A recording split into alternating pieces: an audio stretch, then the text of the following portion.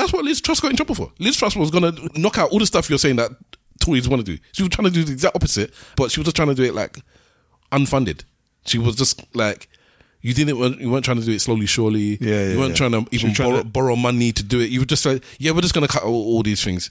Yeah, we're gonna raise the threshold for this. We're gonna cut the taxes for that. Because exact opposite of what you're saying. I don't believe we should be taxing the middle class. I don't believe we should be making it so hard for businesses to do this and that. So I'm just gonna wax all that stuff off. And the market said, "Are you dumb? Like everything's gonna crash." So they just crashed it anyway, and that's how I got rid of her. Because Nigel Farage thought she was a genius. He said he thought it worked. He thought that plan was going to work. But the thing is, we can't prove whether it's going to work or not. Look at Trump. There are so many things. If you said 10 years ago, we're going to do this, we're going to do that, we're going to do this, we're going to do that, and it's going to work, you'd be like, of course not. So what, you're just going to ban half of Africa and everybody's just going to deal with it? Yeah. You're just going to say no Muslims could come into the country and nobody's going to make a fuss? Yeah. Yeah, you're just going to say we're going to take Greenland and nobody's going to, and Greenland and Denmark are just going to come cap in hand to your country and say, please don't invade us. Yeah, of course it's not going to happen. Oh, the one that won the Nobel Peace Prize, because she was the potential head of Venezuela and she didn't give it to you. She didn't give it to you. When you took over the leader of Venezuela and got rid of him and put the second in command, she's going to come to your country and say, here's, which she did this week. Yeah. Here's my peace. Here's the peace prize because you didn't put me back in power. Because when I thought you were going to put me back in power, it's like, nah, the people, the Venezuelan people don't really like you that much. I think I'm going to run the country. If you told me 10 years ago this would happen, and I was into politics 10 years ago, and everybody that was into politics 10 years ago would have told you were chatting fraff.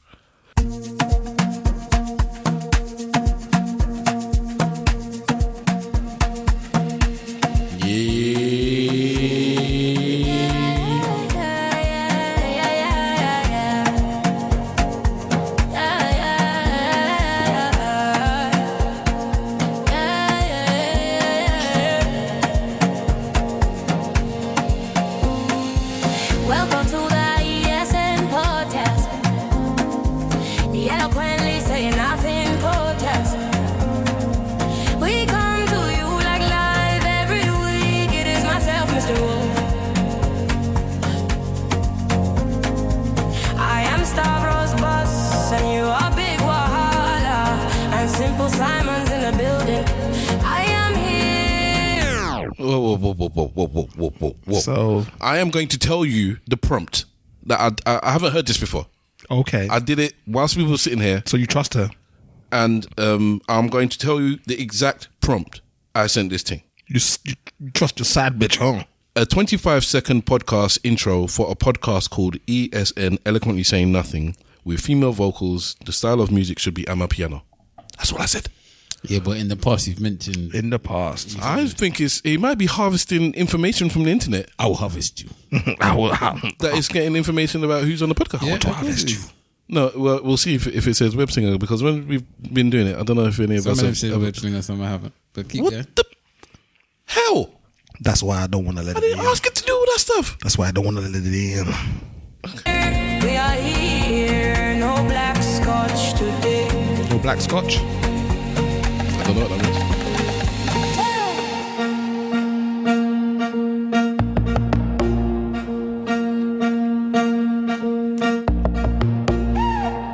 Yes. Are we going to get some log bass now? Let's see. Come on then. Comes back in a second.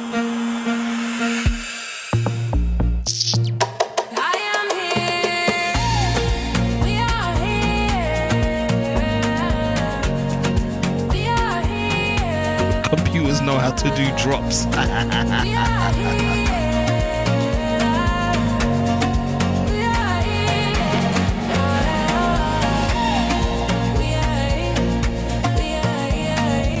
It gave me two. Let me just play it. That one was too long. I asked for 30 seconds. That's the thing. You said 25 seconds. Sorry, yeah, that's why I even made it. The next one is 52 seconds, so let's see what this one's like. Cheese. Interesting that it's choosing women's voices. I asked for female voice. Oh, okay, you did.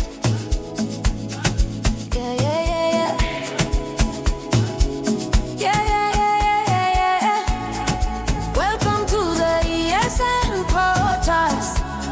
The Eloquently Saying Nothing podcast. Cheese. We come to you like live every week. It is myself, Mr. Wolf. I am Stavros person. And you are Big Wahala. And you are there. And Simple Simon's in the building. I'm always just in the building. I am here. We are here. No black scotch today.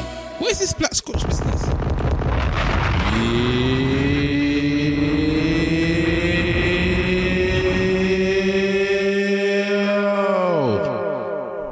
No idea about the black shock. Or black Scotch. Black Scotch. Wow. Yes. Ladies and gentlemen, boys and girls, cats and dogs, rodents and other small insects. Welcome to the Eloquently Saying Nothing podcast. We are recording. It's now tipped over to the 18th, but I'm still classing it as the 17th of January. It's midnight 18. Mm-hmm. We are in the One Stop Dreadlock Studios in North London. Mm-hmm. I am Stavros Boss. I've ridiculed everyone on the roster. I just want to say from the bottom of my heart, I'd like to take this chance to apologize to absolutely nobody. Get down. The double tap does what the he wants. You can catch me at Stavros Boss You can't handle the truth. on most of social medias. In front of me, I have my brother. Big Wahala Insta, Big Wahala on Twitter. What's good, people? To my right, Greetings in the name of His Imperial Majesty Emperor Haile Selassie Empress Simple Simon Rastafari.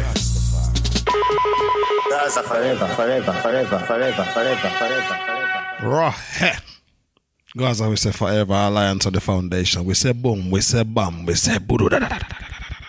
Not in the room with us. Wait for the wolf who should be coming directly. You sending the wolf? You feel better, motherfucker? Shit, Negro. That's all you had to say. I'm with the wolf. And always in our arts. Spider sense tingling. Spider sense tingling. Spider sense tingling. I am curious to know which one the automation thinks is the Black Scorch. Because it keeps saying Black Scorch is not here today. One of those two is the Black Scorch. I don't know why it's putting all those. What does it say in the lyrics? Is it black Scotch or black Scotch? What is the Scotch? I have no idea. It could just be hallucinating. You know what AI be doing sometimes. Let's see the lyrics. Smoking on all them drugs. Sipping on 4-4. Sipping on Polo. I'm Matt Jones. The lyrics. Anybody else should play it? Well, for me to see the lyrics, I have to. Black Scorch. Scorch. Yeah. What is that? We have no idea. Anyway, welcome, people. This is episode number 547. in your blood. Cladang. Hashtag ESN Pod. Start joining the conversation at ESN Podcast on all the socials. Plug. At all them. ESN like, Podcast yo, boss, it's me at again. gmail.com. Tell them. And it's Tell me them. again. Do you guys have anything you want to start off with? Show me some new bed. My garments cost an arm and a leg. Leg. Do you remember this one? Bang da da dang. I've arrived. Yeah. Let's start off with AFCON then. Let's start with we weren't there. Last week we was waxing lyrical about Nigeria getting to the semi-finals. I think we spoke about it here. Invested the money. And I've been telling everyone from the beginning of AFCON, especially my work colleagues that's been trying to be hyped on my behalf. You're like, no, they're going to fuck it. I've said that the only people that could beat Nigeria is Nigeria. And that's exactly what I believe happened by getting to this point where they decided to go all the way to penalties and not push for the win, as far as I'm concerned.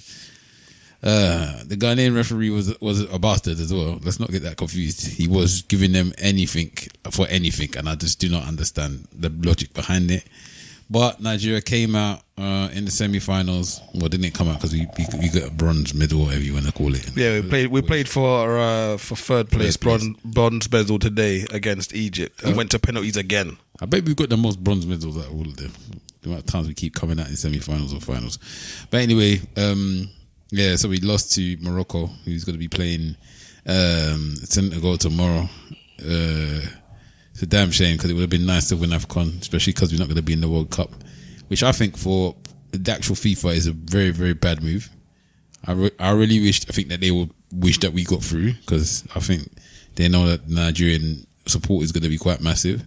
And in fact, while we're on that, talking about that, let's discuss the sanctions that Trump is going to be doing in the World Cup that potentially may stop some of the supporters from even being able to travel to the US in the first place. Oh, what? Country sanctions? Yeah, he's got a lot better travel. He put some travel bans on people in there, making it more difficult for you to be able to get into the United States. Yes. And there's several countries on this list now. I think it's about 17 African countries. I can't remember. So this is going to be a problem for people now wanting to try and go to the World Cup.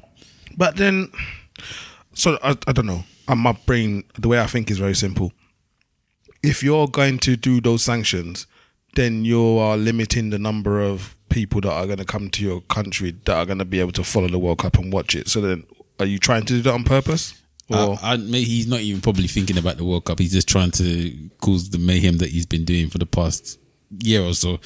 It's been interesting because I think I put this here last week. I don't know if I put it in the group last week, but I've been thinking about it or discussing it from last week anyway. That there was at one point something was trending saying boycott the World Cup. Yeah.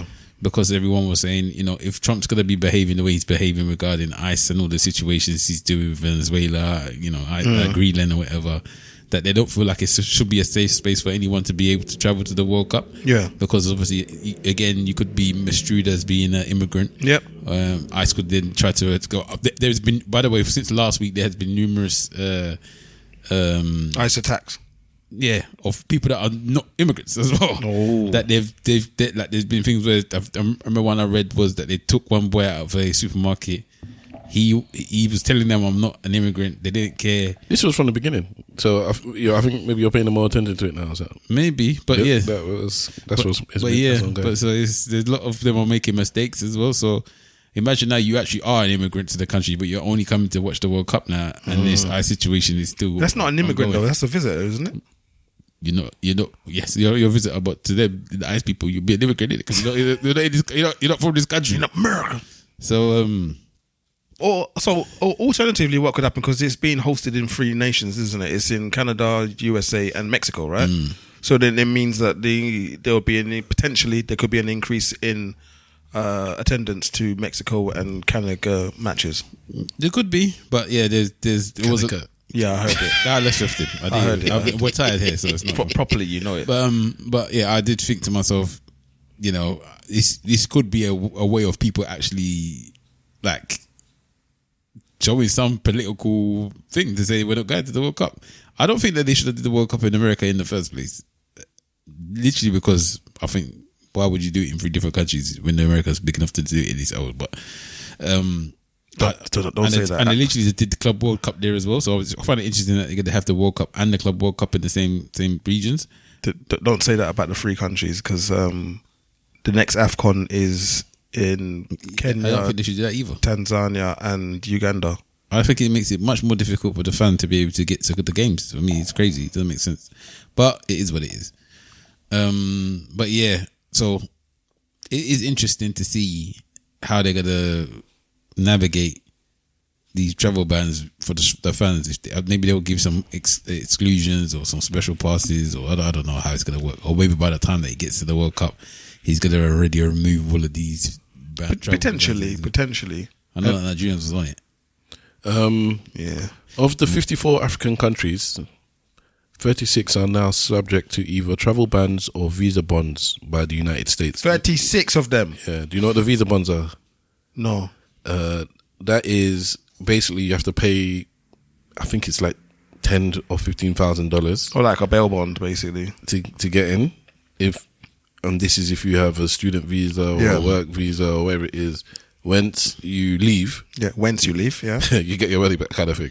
So, so if you're not gonna leave, then obviously, you've paid your. I believe that's what it was. I don't actually think that's a bad thing. That's interesting, but the money is ridiculous. The money is ridiculous, but then that's what I'm saying. If you're determined to, but that's the federal tax that Americans pay if they are outside of the country. They still have to pay an annual federal tax that is around about 15 grand. What? Yeah, it's between 10 and 15. An American citizen has to spend £15,000. Yes. Sorry, dollars. Yes. Per year. Yes. For what? For their citizenship. I didn't realize this before either, but I've worked with a lot of American colleagues that were domiciled here, or they're living here, but they have American citizenship, and every year they had to pay their taxes, and the federal tax, like not the there's not the state tax for where they're from, but the federal tax for the country, and it was in the amount of around 10 grand, and this was nearly 10 years ago. Even so, with regards to that, you know, there's a lot of 419 in Ghana that as well. You know, ain't it? Not necessarily the American one, but there's people that are trying to give people like visas and this, that, and the other, and pretending that if you give me £10,000, I'll be able to get you a visa or a job or this in the country. And then when they get here, they take the money and there's nothing. Sometimes they don't even get it, but most of the time they get here. A lot of these people on the small boats, it's a similar thing. Yeah, they promise them stuff and they don't receive it. Yeah, that's normal. So let me continue reading this article from RFI. Yeah, go on. The US State Department this week added several more African countries, including Algeria, Ivory Coast, Nigeria, Senegal, Uganda, and Zimbabwe, to its list of states whose passport holders will be required to post bonds when applying for a visa. Nationals from these countries will now have to pay either $5,000, $10,000, or $15,000 when applying for a US visa, with the amount determined at the time of an interview. So it's not even, you know what it is. Okay. Of the 38 countries required to post visa bonds, 24 are in Africa. Another 12 African countries are subject to outright bans after Trump extended entry restrictions in December. Since then, nationals of Burkina Faso, Mali, Niger, Sierra Leone, South Sudan have been barred from the US. That is in addition to the people from Chad, Congo, Equatorial Guinea, Eritrea, Libya, Somalia, and Sudan, and they've been banned since June. Jesus. So man, look, East Africa, a whole chunk of that is lock off, and then a bit of West, and so there you go. 12 countries in Africa can't get there, and then a further 12 must pay extortionate money to get in. What about what about any in Europe? Is there any in Europe? Any European countries that have to pay this money? Yeah, that are banned. Okay, let me go to the list of states of countries. Is Russia even banned? All right. Wow. Okay, it's a list. So let me see. Where's Turkmenistan? Turkmenistan. Yeah. Where is that? That's because they are in the mountains, isn't it? They have to do the bond. Did you ask me about bond or band? Europe. Band, I said. Is there a band? Sorry, I've only got the visa list. Sorry, my friend. But in terms of having to pay money, that's the list I've got, and I don't see. Okay, Kyrgyzstan. Yeah, but is it I didn't know this? I've never even heard of that country before. Yeah, the Turkmenistan, Kyrgyzstan. No, it's what's the other one? Tajikistan. Kazakhstan. There's Tajikistan here. Yeah, Tajikistan. Yeah, they're all around the same place. Where they all have to pay monies to get. Ain't this some form of like illegal? I don't know. I suppose it can't be illegal because a country can make their own rules. I suppose. But it's just like it's a clear bias. I'll spit out the countries. You tell me which ones are white. Right, so these are the countries where you have to pay money to get into America, a big chunk. Algeria, Angola, Antigua, and Barbuda. Yeah, Antigua and Barbuda, yeah. Oh, yeah, Bangladesh, Benin, Bhutan, Botswana, Burundi, yeah. Cabo Verde, yeah. These are all African nations. Central African Republic, yeah. Ivory Coast, Cuba, Djibouti, Dominica, Fiji, Gabon, the Gambia, Guinea-Bissau, Dakarkistan, Malawi, Mauritania, Namibia, Nepal, Nigeria, Sao Tome and Principe. Sao Tome and Principe, yeah, that's African. Okay, Senegal, that's an African? Yeah. I don't know this country. Island off of African coast. Tajikistan, Tanzania, Togo. Tajikistan is the, like I said, Caucasus Mountains, them side there. Tonga, which I've never heard of again. Yeah, Tonga is... Turkmenistan, yeah. Tuvalu. Uganda, Venezuela, Zambia, Zimbabwe, and a country that I've skipped, Vanuatu. Vanuatu. Man, you did your atlas well, and now I need all those countries. Yeah, so I don't think there are any apart from them Caucasus ones. They're the real whites. Yeah, all the stands that you got there are the Caucasus ones. The rest of them are Africa, Africa mainland or island, and then Asia. So Salome and Principe is island. Cabo Verde is an island off of Africa's coast. You can't even really ban the Americans from going places because they don't go places as much. That's true. So it's not even like doesn't hurt. We can't get you back. But then that's their point. We're happy where we are. The people are trying to get into Ireland, and in that respect, regardless of the reasons why they try to get to the land, they're not wrong. Well, people are flooding towards America, and all this stuff is not stopping people. You put in all these sanctions, sanctions, bans, money you have to pay in, and people still flooding to get in. So that's what makes us the greatest country in the world. And what can you say about it? So in terms of the soccer, I know there will be the odd person who say I'm not going to the football because of America. I'm worried about what's going on in America, but the stadiums are going to be packed. Of course they'll be packed, but it's just you say that. You said that. I do say that. Have you seen the prices? Yeah, but I think they're going to reduce the prices. They will have to. They're crazy. Like, they were absolutely absurd. Yeah, I think I don't know who made some complaints, but I think they were prices of what? The tickets for the World Cup games. Oh yeah, there's been a consistently rising pattern of the price of tickets just going absolutely bonkers, and I think it's because they were following on from the Olympics, because the Olympics did that shit. Yeah, but this was absurd. We were talking like 3-4 grand for the tickets. Yeah, that's what I'm saying. The Olympics started doing that shit. It is what it is. The Olympics was taking the piss. The 100-meter sprint finals tickets were like that kind of price, and that's when they were like bringing in a commission to look at whether or not it's gone completely left. Because there's no real justification for that, is there? No. The Olympics as a sport, for what it was supposed to be an inclusive sport, and they ballooned ticket prices like that, and then they're doing it with the World Cup as well. They invested the money. Yeah, but what did you invest? It's mad. The money. And even the thing that's upsetting now, sorry, sir. the same thing, the same thing that we were talking about with AFCON. Did you know that next year, 2027, they're doing, like I said, in 3 countries, and then the year afterwards, from 2028, the AFCON's going to be every 4 years. Yeah, instead of every 2 years. I think it should be every 4 years anyway. Yeah, I didn't have an issue with that. Why though? Because every other tournament is every 4 years. Yeah, really. but why every other tournament? Who cares about every other tournament? I don't think... We Africans, man. I think, this is me personally, and maybe this is the manager in me, yeah?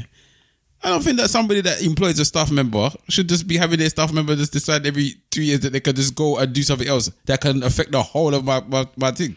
Yeah, but every 4 years I can swallow. And that's not every 4 years. That's not even in the middle of the time I'm even doing what I'm doing. Yeah, but you say that, but isn't Euros?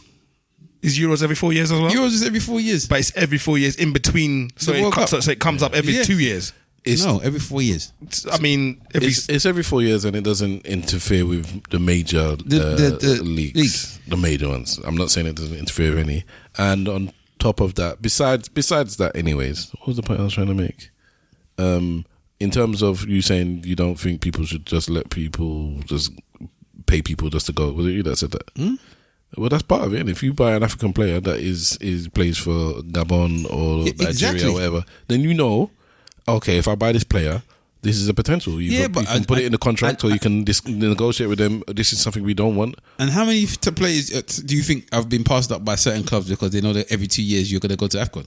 I don't think that many. I think you'll be surprised. I would be surprised. I was definitely surprised. Even when Pep got Semenyo, and I was thinking, because I don't think he buys African players because of that. I don't think that Arteta buys African players because of that. I think a lot of the top teams, they avoid African players because they know every 2 years you are gonna go off. Either way, or in spite of that, of what you're saying, if you look at the Premier League and you look at the teams in the Premier League, almost every team has an African player. That's because they're cheap. So, and then look at Fulham now. Fulham are decimated, bro. Yeah, they took 3 of the 4 of their players. It's gone. Yeah. So then also now at a time when you need it shows that you need that person. But this is where I feel it's crazy. Like 4 players have gone, yeah. Yeah. And this is where the Premiership. Somebody has to have a chat because they go in December. Yeah. Although they're trying to now change it to the summer now. I think they're going to change it. I believe part of the reason to make it 4 years is so that they could stop overlapping the larger leagues, so that they didn't have this issue anymore. Because we don't have the winter break, yeah. Mm-hmm. So there's about 20 games in that one space. Not only did they not have the break, they put more games in the December period where these people are off than when they're normally. So then you're missing a whole chunk of an important part of the season to go and play for your national country, which no one had a problem. But I'm literally paying you, and that's why if you notice this year, you see certain players didn't go. Yeah, like Whistle didn't go. Yeah, I who? Whistle didn't go. Yeah, I don't. For me, I didn't like that they're going to go and change the format for that because the competition has been going for however long the competition's been going on for. They decided that was the cadence that they were going to use, and I cannot, for the life of me, see any other European nation or European institute putting their time where their time is, and then they're changing it for somebody else. I can't see it happening. Did they tell you they're doing it for someone else, or they're doing it for their own good? Who? The Africans are not doing it for their own good. Who told you that? Come on, man. It's the pressure. Listen, the whole reason why they said they were doing it every 2 years was to highlight the competition. Right? That was the reason as to why they did it every 2 years, from what I read. Right? If it's getting to a point now where it's been highlighted, or it's now causing a problem or for kerfuffle, then you don't want it to be highlighted in that way. People are vexed that AFCON is in. Even I am vexed that AFCON is in the time that it's in. It doesn't make any sense. It doesn't make sense that people should be taken away from the most major leagues that these people are playing to go and play AFCON. It doesn't make sense. No, I think your country is more important than your club. So it doesn't make a difference if your country is more important than the club. It doesn't make sense. And if it is, then let them pay. Let them pay you then. Don't pay whatever seat where you're there. I am not paying you for it. No, because then Nigeria would never play.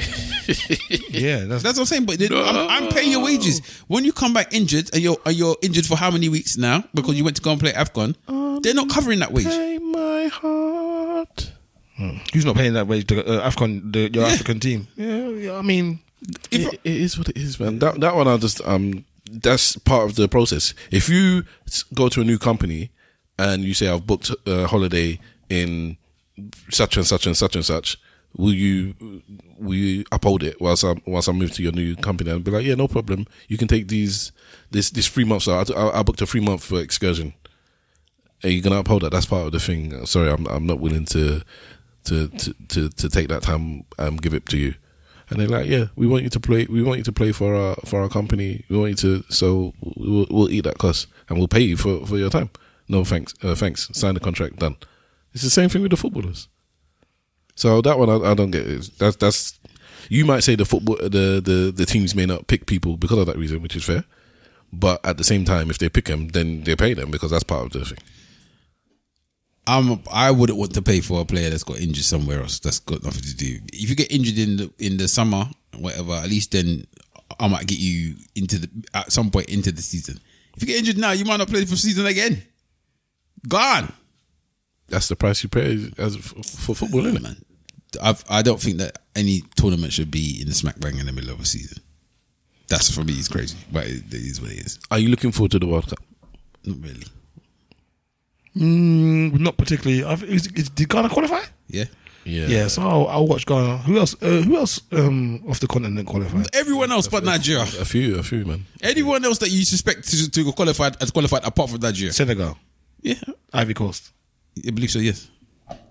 I believe so. I'm not 100% sure. Remember, there's more African countries been qualified in this World Cup than any other World Cup before. Because they've extended it by, was it extra 12 or something, or 16 extra countries. I just have no buzz about this World Cup, but I never really have it until the World Cup starts anyway. So but it's in America as well, so I can understand why not. It's got nothing to do with the location. It's just I don't have a buzz about the World Cup until you start seeing halftime entertainment shows. But they've had the World Cup in America before. There was nothing wrong with it. It was good. It was good. In fact, it was one of my favorite World Cups when they had it. Was Trump the president? I don't know who was president at the time. Exactly.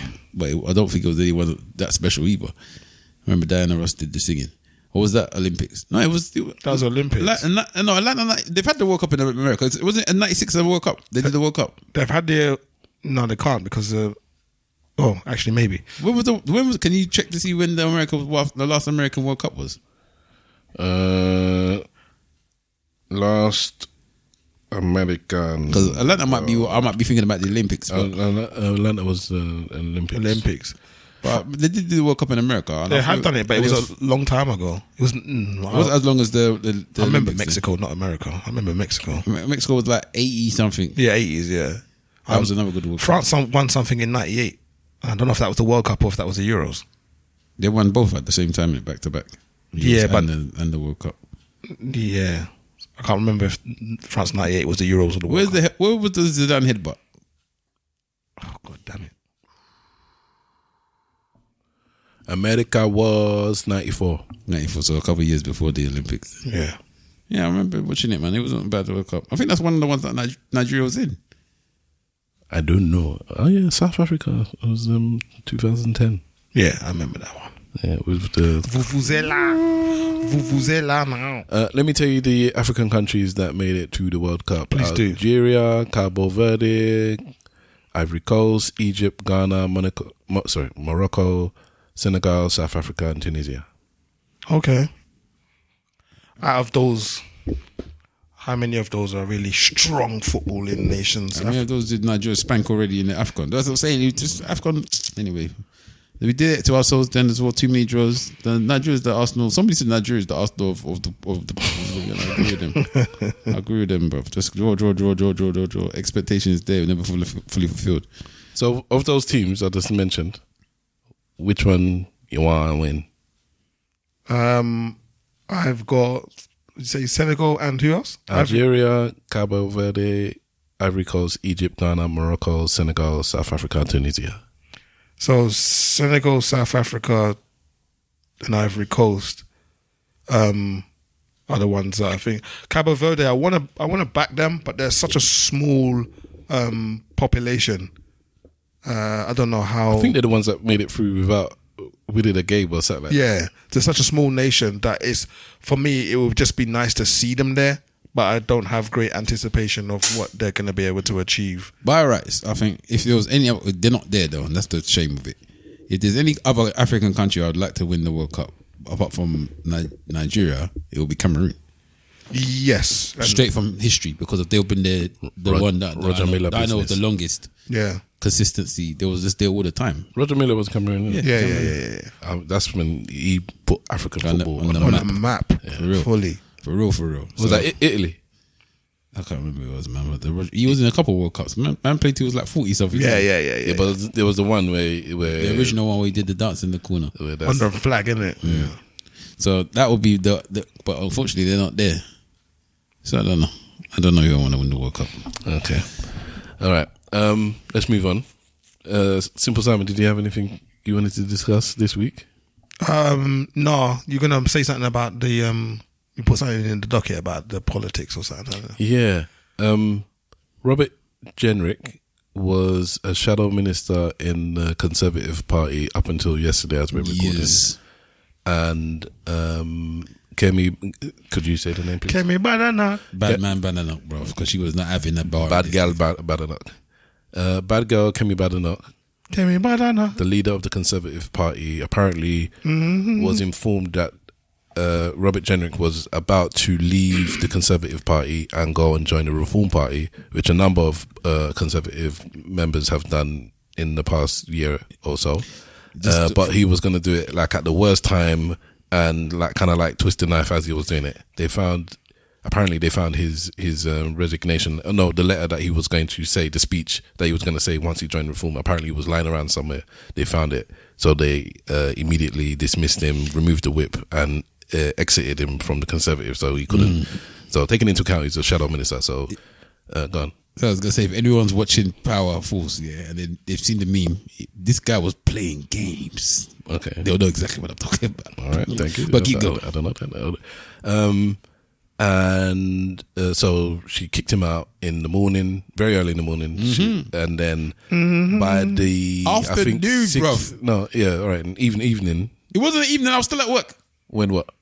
Are you talking about when he was there on Reform chatting? Yeah, I think I was still at 6:30. No, I was still at work. Okay, then. Everything had happened in the space of the time I was at work from 8 a.m. to 5 p.m.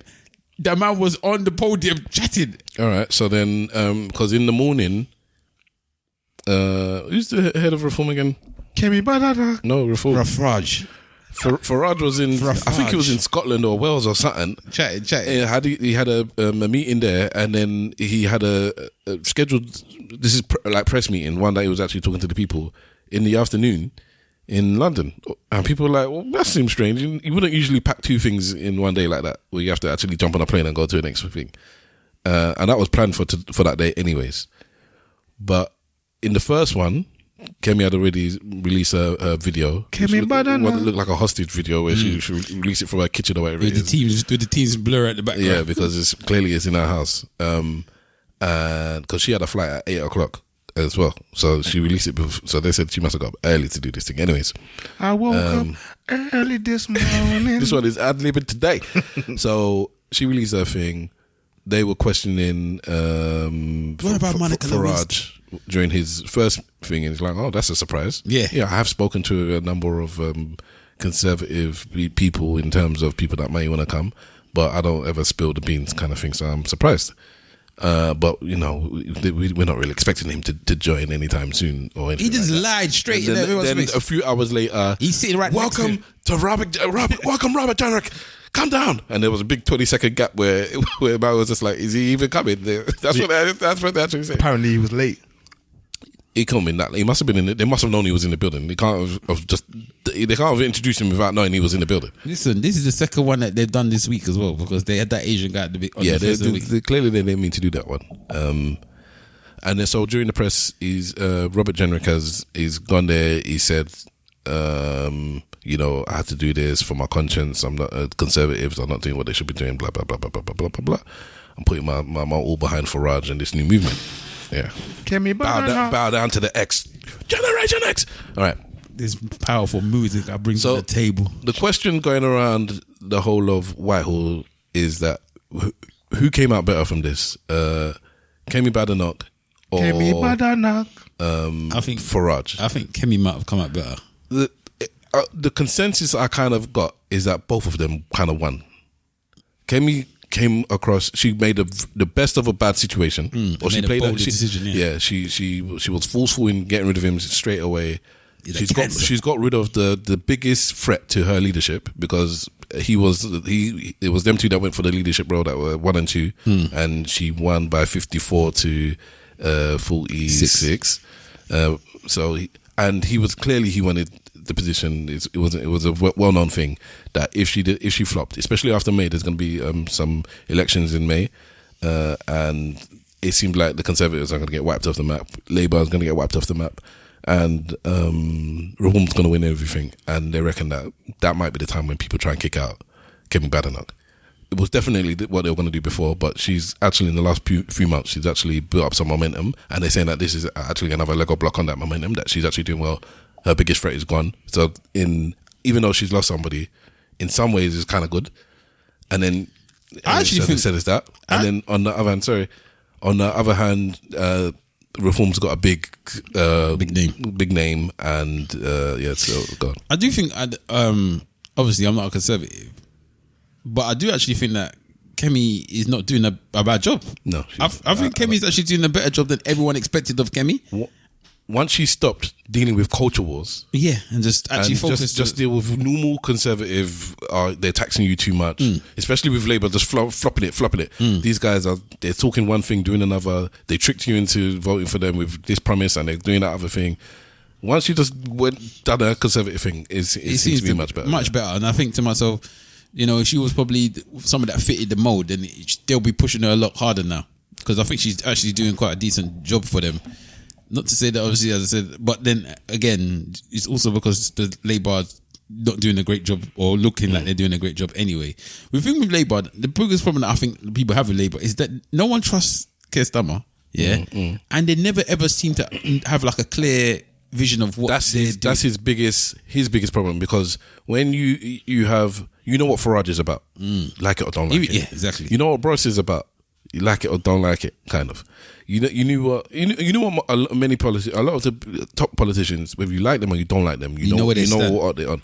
Whereas Kia is just like, he doesn't have. In fact, he actually said himself, because you know where there's Blairites, there's Borisites, they always have the ites at the end, and he said there's no ite, because when you're an ite, you have a like a modus operatus. You have a, this is what I'm about, and I don't want to be one of those people. I'm not that politician.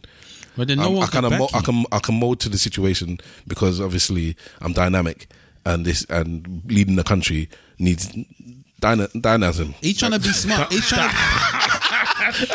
dynamism. Yeah, whatever it is, it needs dynamism. So I don't have this thing that many other politicians before me have had. He's trying to be too smart unnecessarily. That's my opinion of him. I don't think it's that. I think he's just trying to.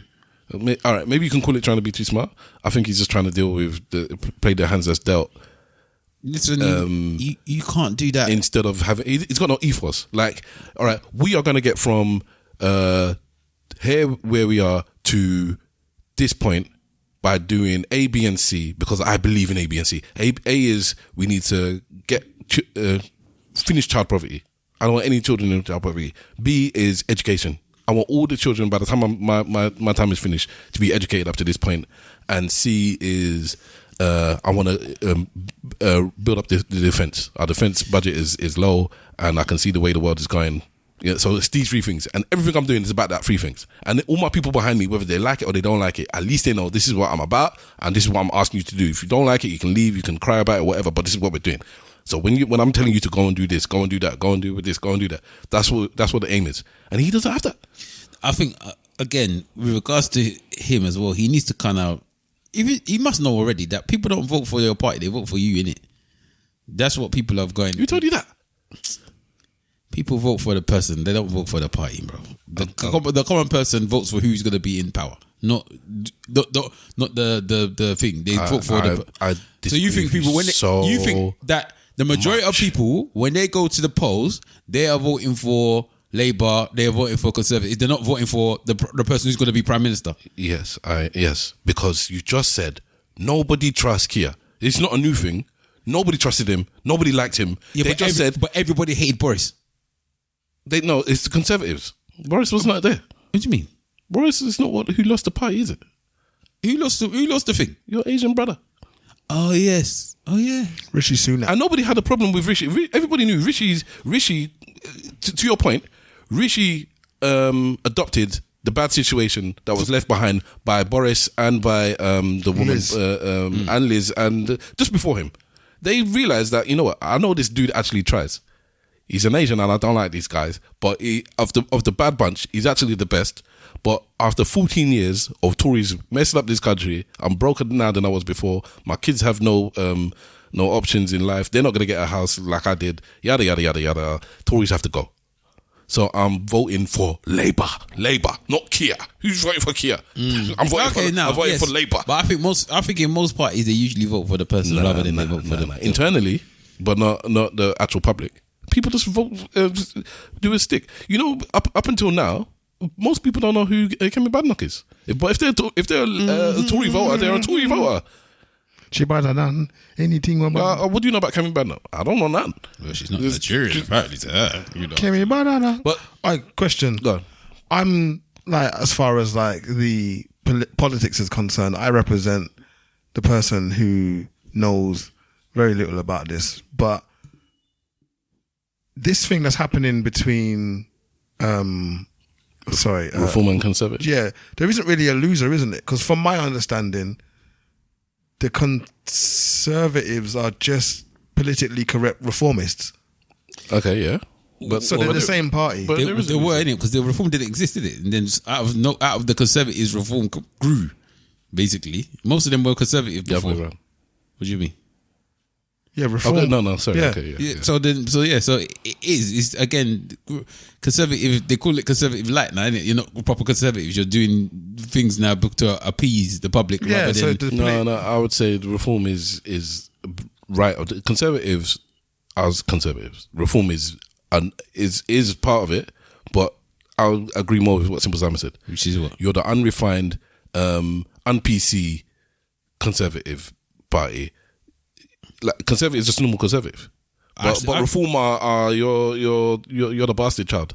I'd just call them conservative light because I don't think they're going as hardcore as the other ones. Reform are not going hardcore. Reform are going hardcore. I said conservative is conservative light. That's why they made reform.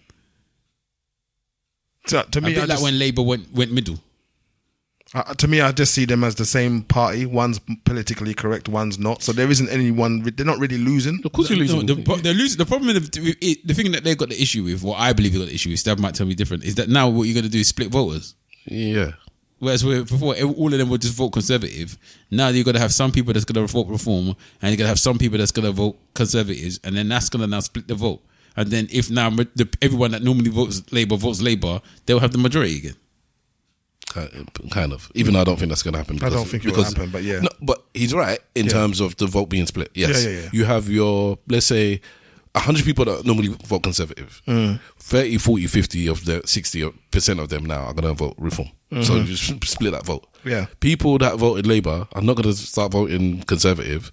Some, maybe 10, 20, 30% will go might to vote reform. Yeah, because of some of the other, because he's actually adopted some left-wing traits as well. Yeah. Which they were asking Robert Jenrick. So you're for kids having free meals now? Because when you were conservatives, you weren't having this, but them man's are talking about, if you're English, by the way, if you're English, because we need more white children. Right. Basically, they don't say white, but we need more English children. So if you're English and you have 3 or 4 children, yes, we believe in giving kids extra money to the parents because we need. Our population is dwindling. Our English, population is dwindling. Yeah. So do you agree with that? It's like, because when you were doing the Tories, you didn't even want more than 2 kids to have any money. Like, lock it off at 2. The 3 is a long thing. But so yes, you're right. Vote's going to get split. It is kind of like whatever, but I do believe there is a problem with splitting the vote. So there's this term now, unite the right. It's like at some point when the actual vote comes, are they just because we're not going to get enough votes, as Wahala said, we're just going to click up basically in the end and have a pact. But both of them have kind of said we ain't going to do it. And it's getting to the point where it's getting a little bit toxic because Reform have stolen a lot of Conservative MPs. All right. But the question I wanted to ask ultimately, put yourself as in the mind of a Conservative voter. You are somewhere ideologically in the middle of Reform and Conservative. You don't really disagree with either of them, but you don't lean too much into either side. So you're not. That's not your heart is not in there. I wondered at one point today, who would I vote for if I was that type of person? I would vote for Conservatives. Because Conservatives are there, and all the people that have left Conservatives, which is coming up to its scores now, scores of people that have left and gone to Reform. In the beginning, I could give it that, you know what, you believed in a bit more of a far right-ish kind of thing, and Farage is a bit more far right, and you're gone. All right, cool. But now it's getting to the point where it's like, Conservatives are gonna flop. That's the general consensus. You people are just jumping ship to save your own skin. And you got no honour. This is why I would vote Conservatives. Yeah, that's what I'm thinking in my head. You've got no honour. And plus, the people that was there, if I had issues with Conservatives in the first place, then I'll be happy that they're leaving and going somewhere else. Because you probably were part of the problem in the first place. Potentially. I don't see, for me, unless you're, again, looking in a far right situation, I would not be then running You're dead in the middle. I'm talking about but I'm talking about in general. If I wasn't part of the far right movement or this whatever they're chatting about, I definitely wouldn't trust Nigel Farage because he's a liar. Like, it's very clear that he's a liar as well. He's not even like his. Yeah, but which politician's not a liar? Yeah, but he's a charlatan liar. He's like one of those ones that he's doing the free card molly. He's that type of liar type thing. What's the card? Yeah, What's the ball? I don't trust him at all. So I don't. And even though he's a good speaker, I don't really see him as a politician. He hasn't really got the credentials to be to be leading the country. You don't have the credentials. Your arms are hairy. So no, I would not be voting for Reform. I'd vote for Conservatives still. So many people say, I hear on my political podcast, they think he might win, and then after a year or two, just like he's gonna give it up to the number 2 because he's like, This is not. I don't want to do it. Like, I just wanted to not prove a point, but I just like like you said, he's not because Trump will run thing. No, but I mean, Trump wanted to did the whole reason why Trump was running because he wanted to prove a point. Why? What was the birth of Trump? Well, a lot of people say it's when Obama was custody. It's blatantly that. Blatantly that. He was like, all right. Obama made Trump. All the problems that have started from it, even don't get me wrong, because he actually tried to be president before that. But Obama is why Trump is president. But I put money on it. I put my reputation on it. Anyway, so who would you vote for? Put some money up here. Silver Simon. I think I tainted the question by giving my point of view, but sorry. I don't know. It's very hard for me to put my head in that space, to be honest with you. As a conservative. Yeah, it's very hard for me to put my head in that space. But I'd probably, again, because... You're probably more conservative than you know. I would probably end up voting Reform because I see Conservatives are just racist in disguise. And Reforms are... Racist with the disguise off. So then you just help them get into power. But that's what I'm saying too. So, Again, I see Conservatives vote as being racist, and Reform gives them the opportunity to just be racist. I don't think that all Conservative voters are racist. They're probably not. I think a majority of them are just elitists. More to the point. I don't think they racist voters. Yeah, I don't think that race even comes into it. They're just elitists. Like, I'm better than the poor people. Well, yes, and the poor people just happen to be darker of skin. Not all of them. Not all of them. I'll challenge what you said. But before I challenge what you said, so try and remember that I want Simple Simon to flesh out what you're saying. So you would rather the open racists in power than the closeted racists. Why? For my own sanity, to be fair. I thought you just explained it, but maybe I was wrong with my thinking pattern. No, I didn't get there. I thought you were saying that because you're already a conservative voter, I'm a racist. Yeah. So why would I bother to vote for the pretend racist? I would just vote for the actual racist. Okay. I forgot that you've got your conservative hat on. Yeah, that's Okay. My bad. Sorry. Yes. All right. So to go back to your point, which was what? I'm saying that not all conservatives are necessarily racist. Okay. One of them are elitist. Okay. or want to be elitist. I agree with you. All right. Well, for one, I dismissed the first thing because all people are racist. So all conservative voters are racist. The second point about elitists. Everyone's racist, then I'm not saying that they're voting because they're racist. All right, okay. All right, and then I will concur a little bit with that because some of it is still just get them out of the country kind of thing. But the rest of it, if we look at, I bet most of our listeners, if they go and ask their parents or grandparents, depending on their age, whether they vote Conservative or not, they are small c conservative people, as in they believe in fair, in helping independent business. Yeah, they believe in harsh punishment for crimes. They believe that the handouts that are given to people shouldn't be too much. No, I understand what you mean. Like small c conservative values, I think the people in this room actually agree with. It's not. If you just take out race and trying to be, do you think that we are excluded from the elitism type thing? And if we go back to elitism, so what is it you're talking about? That people with money should be able to keep their money and not pay too much tax. Some of that, and some of it is that I'm better than these poor people. A lot of it, I'm better than these peasants. I would like to buy peasants to be looked after as an elitist. I think you have two levels of people with I'm going to talk it about with money. You got people that just had money, and then they might fall into your category. I'm better than these people without money, and then you got people that built their own money. And it's like, if I can build my own money, I come from nothing and I'm successful now, why should I give people else? Why should I give all this money to other people or in taxes to pay for everybody else? Let them work their own way up. Let's build the system so that there's opportunity for everyone to make money. Don't tax me to the yin yang because Joe Bloggs don't want to work and I have to pay for him to sit at home because he's mentally unstable and he can't work. So it's that a meritocracy? Yeah. Yes, that's what I want, and that is small C conservative. And give everybody the opportunity to make money, and let them make money. Stop with too much handouts is gonna feed people and make people want the handouts, which I actually agree with. If you just tell people, if you complain about this and you say you got that, we're gonna give you money, then there's gonna be a chunk of the population that's gonna take that money and say, I ain't gonna work then. You're gonna give me money. I'll take anybody's money if you're giving it away. Give me money. Yeah, there will be a percentage of the population that does that. A healthy chunk, 15% maybe. And some people don't want to facilitate that 15%. But then you say, but what about that 15% on the other end of the curve that do actually need it? And they'll be like, F them. I think my biggest problem with the conservative lot and conservative governance is that it's almost designed to murder the middle class. Conservatives.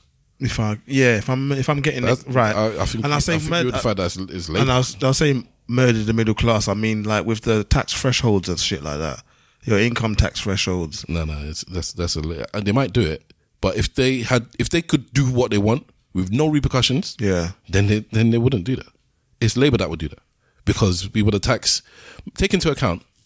They talk about higher earners, and higher earners in Labour's point of view is people earning over 40%. And you need to subsidise people that can't work. Sorry, 40%. Sorry, 40 grand. People, that's higher earners as far as Labour is concerned. Yeah, Tory he's not thinking like that. So what? Anybody that's earning 43 grand needs to start paying extra money to give to benefits, because that's always what it comes down to, benefits, and the people that come into the country to give them. And Tories are not thinking like that. They're thinking, you better I would raise it to, that's what Liz Truss got in trouble for. Liz Truss was going to knock out all the stuff you're saying that Tories want to do. She was trying to do the exact opposite, and but she was just trying to do it like unfunded. She was just like, you weren't trying to do it slowly, surely. You weren't trying to even borrow money to do it. You were just like, we're just going to cut all these things. Yeah, we're gonna raise the threshold for this. We're gonna cut the taxes for that. And because exact opposite of what you're saying, I don't believe we should be taxing the middle class. I don't believe we should be making it so hard for businesses to do this and that. So I'm just going to wax all that stuff off. And the market said, "Are you dumb? Like everything's going to crash." So they just crashed it anyway, and that's how I got rid of her. And Nigel Farage thought she was a genius. He said he thought it worked. He thought that plan was going to work. But the thing is, we can't prove whether it's going to work or not. It's like, look at Trump. There are so many things. If you said 10 years ago, we're going to do this, we're going to do that, we're going to do this, we're going to do that, and it's going to work, you'd be like, of course not. So what, you're just going to ban half of Africa and everybody's just going to deal with it? Yeah. You're just going to say no Muslims can come into the country and nobody's going to make a fuss? Yeah. Yeah, you're just going to say we're going to take Greenland and nobody's going to, and Greenland and Denmark are just going to come cap in hand to your country and say, please don't invade us. Yeah, of course it's not going to happen. Oh, the one that won the Nobel Peace Prize, because she was the potential head of Venezuela, and she didn't give it to you. She didn't give it to you when you took over the leader of Venezuela and got rid of him and put the second in command.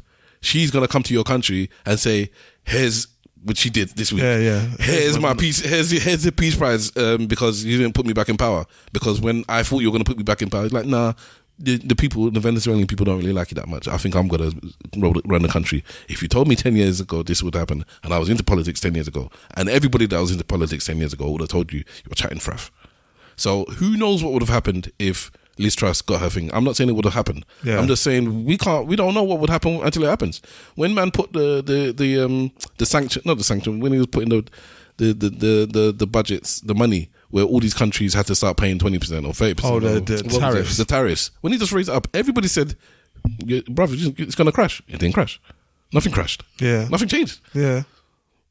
I mean, don't get me wrong, there's still time out. They say it could be happening in a year or two from now, but nothing happened. When he was there in his first term and he did all this madness, when the next man came after him, he didn't change a lot of it. It's like, you know what, we're getting extra money doing this, and he didn't change it. No one changes anything when you're getting extra money, boy. So when something goes up, it never seems to ever come back down again. So there you go. So I'm not backing Liz Truss. I'm just saying, who knows? Sometimes it takes a revolutionary to do a madness, and until people be like, well, it worked, I wasn't expecting it to work. But we always just do the same thing over and over again, expecting different results. Well, that's what I was saying about this two-party system that we have in this country, isn't it? Let's just let It's someone not else. two-party, bro. It is two parties. It's now definitely three parties because we're talking about reform. Reform have the highest ratings now. Yeah, but Reform, like I said, is just a non-PC conservative. But it's not conservative though. There's a lot of members in Shout out that Lib team. Dem, boy. Lib Dem don't even get recognised at all. Well, apparently on Tuesday or Thursday, a Labour somebody is gonna cross over. He's actually said, on Tuesday or Thursday, and also he said, like these elections I'm talking about that's happening in May. I think it's May 7th.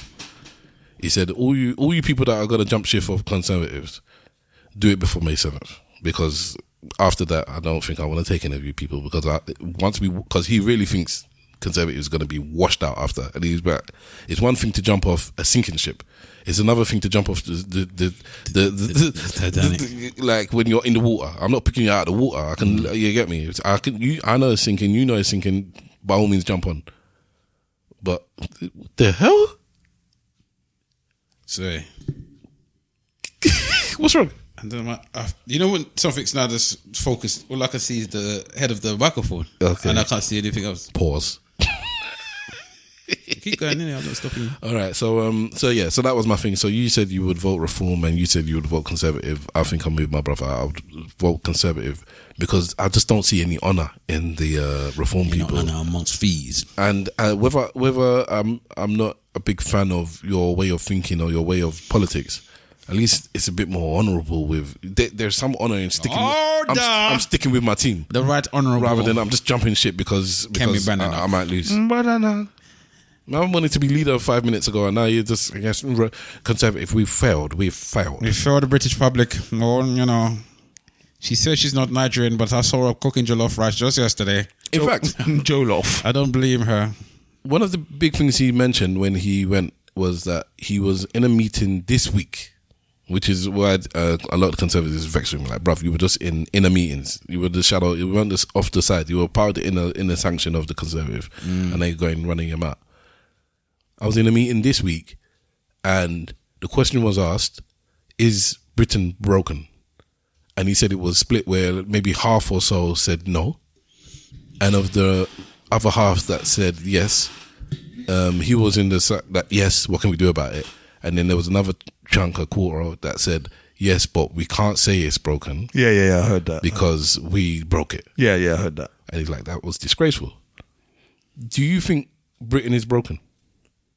In what capacity? I don't know. This is when they say Britain's broken. I'm like, because they'll talk about healthcare, they'll talk about maybe results in schools, maybe it's not as good. I don't know. I would say yes.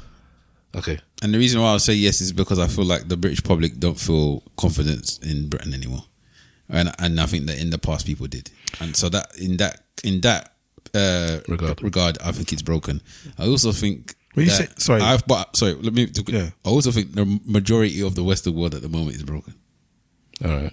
I don't think anyone, from what I can see from my view of the world, I don't think many people have faith in their country and the values of whatever their country is. I think COVID might have broke everyone.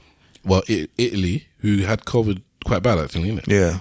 But they're doing quite well with their very, very, very right-wing politician that they voted in, and they're doing all right actually. So Italy's doing all right in what way?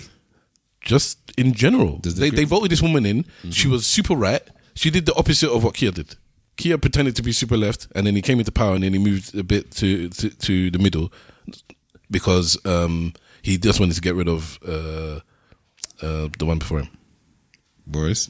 No, Jeremy Corbyn. So he pretended to be, I'm going to be left, because to win a Labour Party, you have to be a bit leftist. So he pretended to be left, got into power, and then, I'm a centrist, really. So there you go. Like, I'm a conservative in disguise, as you man said. Yeah. All right. Whereas this woman, she was super, super right, got into power, and then moved a little bit. She's still right wing, but she's basically almost like a conservative, just like normal right wing, because she was far right, and now she's like right wing, and she's just dealing with things pretty well. She's the one that said we need to patch up Africa. We need to deal with Africa. I don't like what Americans doing to Africa, because I don't want Africans in my country. So let's make sure that we stop exploiting Africa, because you people are exploiting Africa. Leave Africa alone to make their own money so that Africans will stay in Africa. Yeah, but she's got a common sense approach to things, basically. Yeah, but Italy's broke, though, aren't they? I don't know. I don't think so. But let me say I don't know. Italy's broke. France is broke. I can't remember what the German situation was. Germany's got money, but they don't, kind of thing. It's like Germany's losing power every single day in my brain. How so? It's just like they used to be like a superpower, and it's like people don't really. Same with Britain, I suppose. They just don't really acknowledge them anymore. To go back to my point I mentioned last week, you got America, you got Russia, you got China. And I was listening to something this week, and because you said, what about Africa, when I mentioned that last week, and in one of my right wing podcasts, when they mentioned those three, and then he said, so basically Africa's just up for grabs. That's what he basically said. So basically the three of them are fighting over Africa. I can believe it. So like they don't even have their own section. It's just which one of them is going to engulf Africa. Sad state of affairs. It's a bad, and he said he didn't say it with any flippantly, like, yeah, there was no joy, or I mean, there was no like, it's a shame. It was just like, yeah, and Africa's just going to get eaten up by one of them, or split between the three of them again. Was it the Balfour? The Balfour Agreement. Have you seen what's been going on in Iran? Iran? What? Iran? Run. Iran. Okay, yes. Have you been seeing the protests and stuff? Yeah, the uprising. I haven't actually seen it, I've just heard. I've been hearing about it as well, but I did read something about, apparently Gaddafi's daughter's there, and she was saying, is it Iran that she was talking about, or is it Iraq? I can't remember. Which one of them seems to be working alongside the Americans now? Iran. No, this whole thing, the protesting happening in Iran is American backed. Or I should say, American instigated. Basically, okay. I thought you meant the heads are working. I wish I could find the quote, if it's real anyway. Because she was basically just saying to these people, because I said she's Gaddafi's daughter, this is what they did with my dad. You said Saddam's daughter. Now you're saying Gaddafi's daughter. No, he said Gaddafi. Oh, my bad, sorry. Yeah, I thought I definitely said Gaddafi. But anyway, sorry. It's fine. So she's basically saying, this is what they did with my dad.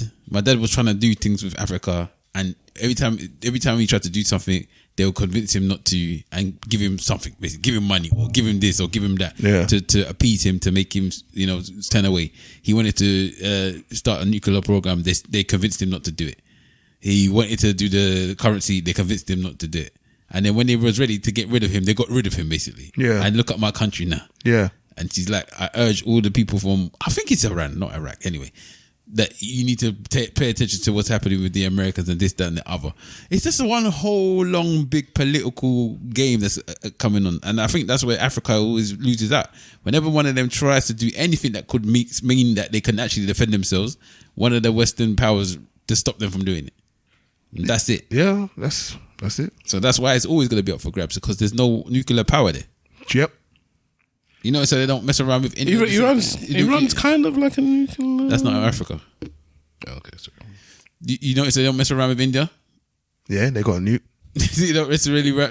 They don't get involved in their little petty. They did. Asian wars. Get your Asian. They did. What did they get? Just this what? India and Pakistan. What did they? Trump got involved. Did he? What did he say? Yeah, last year. Okay, I'm asking you, what did he say? He got involved because they were beefing, and and they did actually. That's one of the ones where he's not squashed, but they stopped beefing after he got involved. So he didn't get involved. Okay, what did he do? I just told you, India and Pakistan were beefing. Yes. It was escalating, and he got involved and said, "Put it out. You might need to stop it." And then they more or less stopped it. Hey, so he just told them, "Hey, stop it." More or less. Okay. The same way you did it with say, okay, that's what happened. I'm just saying, okay. Yeah. So okay. So I'm not disagreeing with, but India's not doing what. In terms of what countries are you talking about? In like how the countries that have he's basically saying countries that have nuclear weapons. Yeah, he's got less smoke for them. Yeah, people got more respect for them, and he's right. Yeah. But so he's saying there's no nuclear weapon in Africa, so that's why we can just be... Yeah, but then he brought up India saying he doesn't stick his nose in India's business, and he did. I said they don't mess around with them. They don't mess around with them. Yeah, but why would he mess around with India? Because he can. Why is he messing around with Greenland? Because he can. Do you get what I mean? Why is he messing around with Venezuela? Because he can. And the only reason why he can is because they ain't got no nukes. Damn Barack. You don't see him doing it to North Korea, do you? When I sent that Notice that. no, he goes there and he respects. I respect. He has to respect him. Yeah, but he's quite open about he respects power. So the other ones might have been low key with it. So to your point about I prefer the open, the one with the mask off. Shout out Future. He is. He's got his mask off. They've got power, and he's either they're a threat to me, or I want them on my side.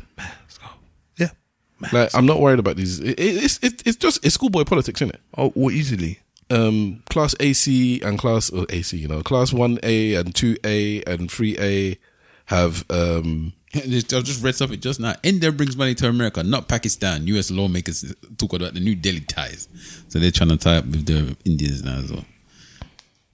Well, save for them bricks. They've already done it anyway. Like, all of the CEOs of these big tech companies, most of them are Indian, man, isn't it? He respects money. And India is power. where most of the technological things is advancement. Yeah. India's the future, really. Especially now with the population. They're the biggest country in the world now. Overtaking China. The problem with the Indian, culture, from what I can see, this is gonna be interesting. Is they're not apart from with themselves, like in their like areas, the people that they actually have a beef with, they're not aggressive. Does that make sense? So why is that a problem? Because then people are just trying to exploit them, innit? So what will happen is that the outside world will try to exploit certain things from them, use them for their resources or their things, whatever. Yeah, but they're not. I'm not sure how aggressive they will be back towards them. It's not. They're so. Go on. No, sorry. From what I've come to understand, they're not. I understand what you mean about the aggression thing, but they're also not stupid, and they're also not. That is exactly what I was going to say. Not prepared to let it happen again. Like the way they feel about what the British done there, they'll never let that happen again. Yeah, I'm not even really disputing it that way. I'm just talking about they're just not as like.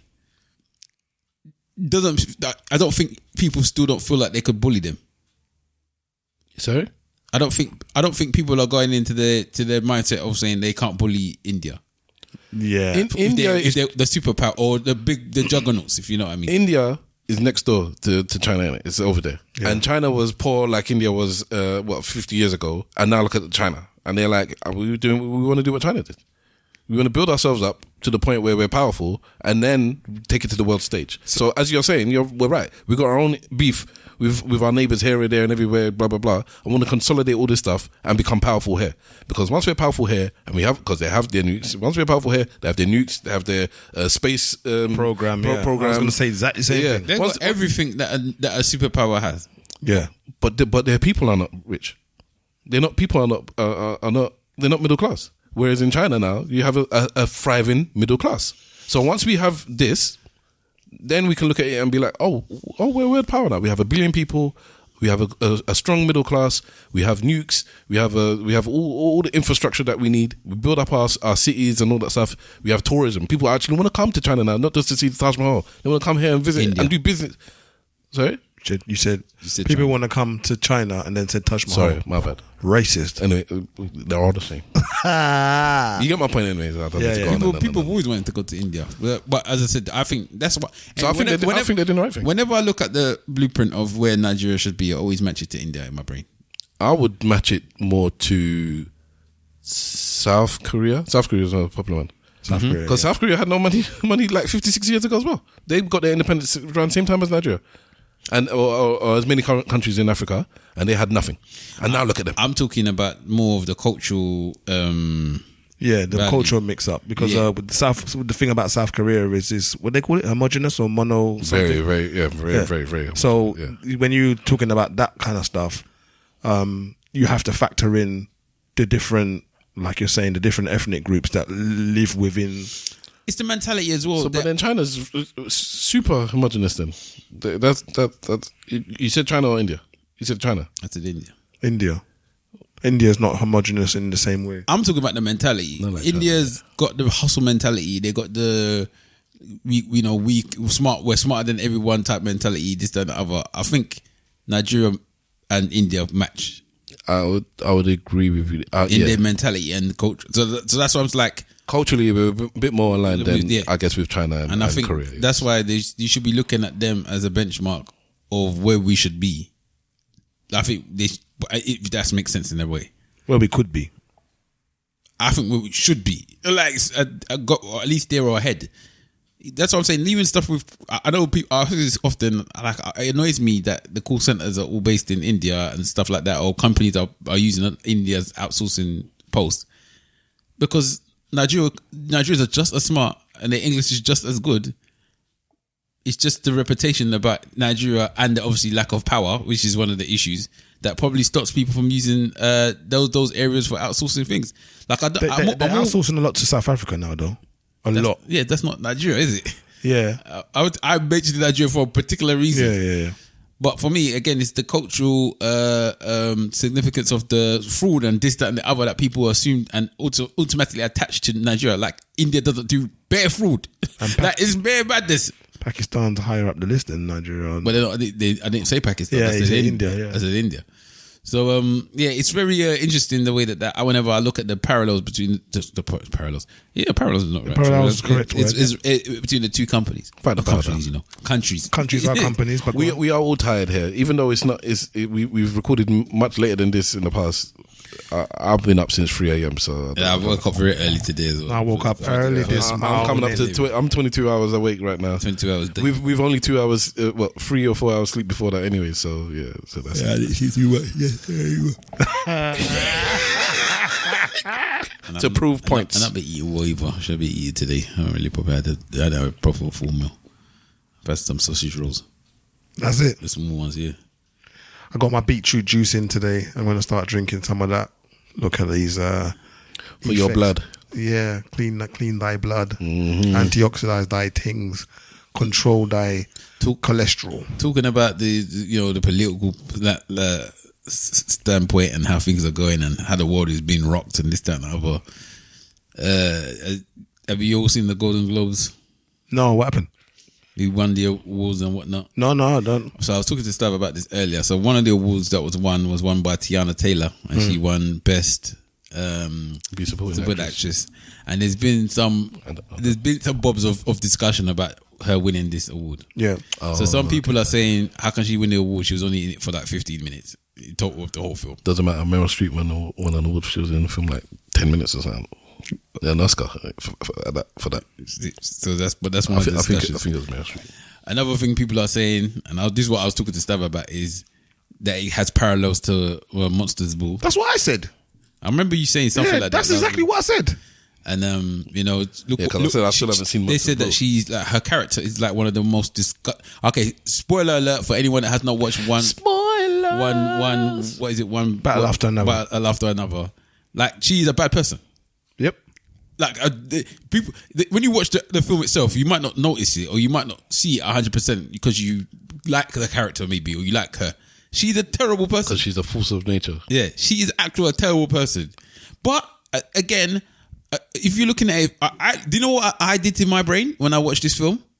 I thought she had what's that thing where women have babies and they have post-traumatic? Yeah, postpartum. Yeah, there's potential. That's what I thought she had. So then, obviously, when she was behaving the way she was behaving, because she just started hating the child, and basically was hating the fact that the man was in love with the child, and again, it could also have been because she knew the child wasn't his. I don't know, but I just thought it was just that Is it postpartum? Yeah, postpartum depression. I thought she had that, and that's why she behaved the way she was behaving. Okay.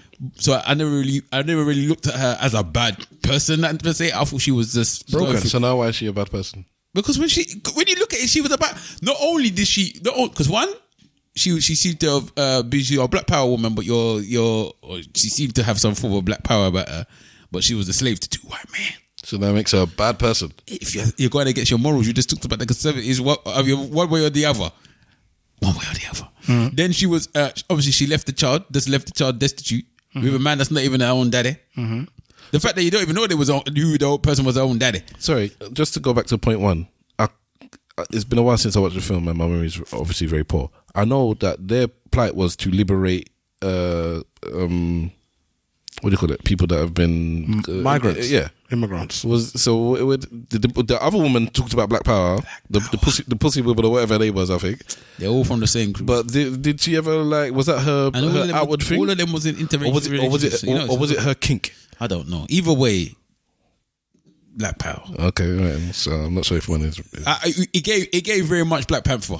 It's giving Black Panther. Yeah, and I don't mean Black Panther the film. I mean Black Panther party type thing. Yeah, fair enough. Okay. So then, but anyway, so then she left the child. Yeah, that's 2. She left the child, right? Yeah. You don't know who the damn daddy is. That's 3. Mm-hmm. She a snitch. That's the biggest one. All of this thing you're doing, and you are a rat, snitch ass rat, snitching ass bitch ass rat. Yeah, I couldn't believe it that happened. I was like, oh, she actually snitched. Put up all of her people, and then even with the snitching, she couldn't even hold down the snitching. She even had to escape the snitch.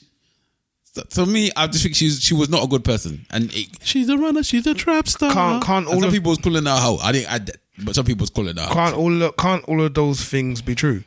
So she could have been suffering from postpartum depression, and all of the other things that you said. I don't know. No one's mentioned the postpartum depression. I don't know if the director said that he gave her that or whatever. But what he's shown us is that she's not a good person. What was your point again? And everyone's saying that for you to win an Oscar as a black woman or these types of awards as a black woman in these films, you have to kind of have these. Your character has to be a terrible person. A deviant. Yeah. So let's look at the last black women Oscar. You're talking about women. Yes, the women. Women Oscar. So you have what's her face won it? Viola Davis. Viola Davis won it for Woman King. No. Wasn't it for that one? No. What was it for? Are we talking about Oscars or Golden Globes now? Let's awards in general, because usually they win a bunch of them. So let's start. I'm gonna report Oscars just to because we got what's the one that's pretty Storm. The one that is Halle Berry. Halle Berry. So Halle Berry won Best Actress award. She's the only one that's won Best Actress award for whatever the name of that film is. Monsters Ball. No, as Oscar. Sorry, Oscar. Only Oscars. Yeah. Best Supporting Actress winners. You've got Hattie McDaniel. She's gone with the win. Yeah, that's the first one. Whoopi Goldberg in Ghost. She had no remnants of what you're talking about there. She's a thief. She wasn't a thief. She was a charlatan. Yeah. So she's a thief. Yeah, but she came up. But she came up good. But she had to be a thief. And first. she changed her ways in the end. But she was a thief first. She came up. Jennifer Hudson in Dreamgirls. I forgot about that one. I'm telling you. Was she bad? No. Okay. No. She was done wrong. Monique in Precious. I forgot about. Yeah, she was bad. You on there? We all agree and shit. She was a terrible mother. She got an Oscar. Yeah. Okay. Yeah, she's one of the ones that got Oscar. Octavia Spencer in The Help. She was so good in that film. I haven't watched that. Octavia Spencer in The Help. Yeah, I haven't watched that. I haven't watched The Help either, actually. Lupita in 12 Years a Slave. I remember that one. So we don't not say she's a bad person, but she was a slave. Viola Davis. No, because they say that you have to either be a slave for the white man or do all these type of stuff. So The Help, The Slave, Monsters Ball. Is again, but the by the white man. The comedian Precious. She's a bad person. She was just a bad woman, terrible mother thingy. But there's no positive. That's what I say. You're never a positive black person. So Jennifer Hudson wasn't a positive black person. Yeah, she was. Yep, it was one out of how many does? Okay, carry on. Okay, so Viola Davis in Fences. She was also a criminal, but I don't even know. What? Fences? No, Fences. Sorry, I was talking about. She was the wife of Denzel. I was talking about what's it called in my brain. Not Fences. What's it called? I was thinking about the one she was a criminal. What she did in Fences? That was so amazing. I can't remember. She did the speech. I've been standing beside you. I was right there with you. Regina King. If Beale Street could talk, I haven't seen that yet. I haven't seen that. Oh, okay. Have I seen it? No, I haven't. That's from the same dude that did Ariana DeBose in West Side Story. So these are winners, not nominees. These are winners. Okay. And Devon Joy Randolph in The Hanovers. And she was a cook in that. Yeah. I'm surprised that she won that because again, it was a good film. Yeah, but I'm surprised that they gave that award, that they gave any Oscars to that film. She won all the awards that year. I'm trying to think of the other films. What's that, about 2 or 3 years ago? It wasn't even that long ago. But again, maybe they put it. How many of them were big as well? Big what? Women Size? Oh. in actual physical size. Quite a few. Precious Mum and the one before her, Octavia as well. Yeah. They like their big black women. I don't know if Jennifer Hudson was in a big phase or a small. No. She wasn't as big as that, but she was big in the film. That was the whole point. He went for the slimmer model. Jen. And the only person that should have won that or any Oscar and anything that year, well, not say should, but Eddie Murphy should have won everything that year. Eddie Murphy should have won the Oscar that year. There's not even a doubt about it. There are a couple of films where somebody does a look, which for me is so good, talks so much. In fact, one of them I'm going to talk about, a film that I watched recently. I mentioned it last week, but it's still playing on my mind. I'm going to talk about it now. Eddie Murphy in Dreamgirls does a look when they try and stop him from taking the drugs. Majestic. He didn't say anything. He just looked. There's what's the film about the catching the paedophile priest? The newspaper one. It's like Watches or it's like a one word. It's one word, yeah. But in that film, Batman, whoever is the original Batman, as far as I'm concerned, Michael Keaton has a meeting with somebody who was molested when they were young, and the person didn't know that's what he was having a meeting about. He mentioned something, and the man's face, I'm just thinking, oh, this is cinema. That is cinema. He spoke so much with just his face. It's like, honestly, it looked like Michael had punched him. Marvelous scene. And in this new film I just watched, that I mentioned for my brother to watch, that he wasn't a big fan of, which was, again, I forgot the name of the film. Is that Norway film? Yes, the film from Norway. With the guy that's got bare picnics in films. Yeah. So when I remember the name, I'll say the name. But at the end of the film, I'm not gonna spoil it. But there's just a look, which two people talking, and they say so much without talking. Sentimental Value. It's a very good film. It's not that great.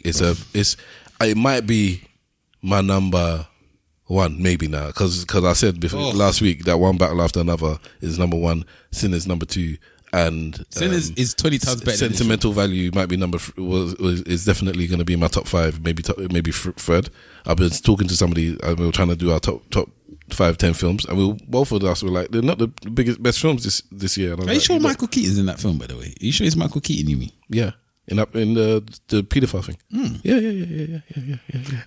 I don't think he is. But he is. He is. If you like those type of look where somebody gives a facial expression that says a million words, watch a film called Clemency. Is that Brad Pitt was in it? Yeah. Clemency is the Brad Pitt is not in the film now. Which one's Clemency about? It's about capital punishment. Oh, okay. No. And it's a priest, yeah? He's not a priest in the film. No, the person that is a priest. Speaking to, no, he's not speaking to a priest. No, the thing about the film is about a priest. Yes. The answer the question with the answer. I didn't know that's what you're talking about. The film is not about a priest. It's about paedophile priests, plural, in Boston, I believe. Is it, but the Globe? Boston Globe. I believe the newspaper was the Boston Globe. Anyways, now let's get to films, because we're tired and we're running out of gas. Anyways, and Sleepers. It's not Sleepers. You're thinking of the wrong film. And I know Sleepers. Sleepers is one of Sleepers is. What film are you talking about? Sleepers is going to be in the. I'll tell you. Oh, is it like a like a? It's the one about the newspaper. This is not about a newspaper. This is about people getting revenge. Sleepers is. Is it the Badenoch States? No. I don't think I've watched the film you're talking about. Put Michael Keaton films and then Boston Globe, and they will come up with whatever it is. I don't think I've watched it. It's got the Hulk in it as well. What's the name of the Hulk? Oh, it's new. Okay. I think I know what you're talking about. It's about 6-7 years old. Yeah, I think I know what you're talking about now. I think they want to Mark Ruffalo. For Mark Ruffalo was in it as well. All right. I watched another foreign film which is in my top 5. Again, could be number 1. So it's getting to the point now where the films I'm watching just recently. Spotlight. That's it. Thank you. The films you're watching just recently. They're just flying up this list. So the foreign films, So this film was just an accident. Did you watch it? Voila. No, because the one I said I was watching it was The subtitles were a bit dodgy. they were off. I'll watch it, but they were off. So This is not the Brazilian one, is it? No. Okay. I'm gonna get to. Have you seen that one? I was going to watch that one. Yeah, I need to get to that one. I need to. Because everyone said that's wicked as well. Yeah, I need to find it. And like I said, he won the Golden Globe, innit? Yeah, our man from Narcos. Yeah, this film is. I would like to say the premise, and But it will spoil it. no, it doesn't, because I knew the premise before I went in. But not knowing the premise, it is nice to have, because it happens in the first 20 minutes. It's not the biggest deal in the world, but it is nice to actually not know. I don't know what it's like to not know. But the premise is not a spoiler. I'll put it that way. You can't really spoil the film unless you say what happens in the end, which I'm not going to do. So I'm not going to say the premise, because I would assume, but my brother, he doesn't even like watching trailers, so I'm assuming he doesn't want to hear the premise. Okay. And I'm the same. yeah, so I'll leave the premise. What's the name of the film? It was just an accident. It's an Iranian film. Funnily enough. And the director is one of those ones where he keeps getting locked up or put on house arrest because of the films he makes, because it's always about the regime and what they've done. And this film, if it won Best Film, bang. And these two foreign films, so the Norwegian one, the Sentimental Value, and the Iranian one, it was just an accident.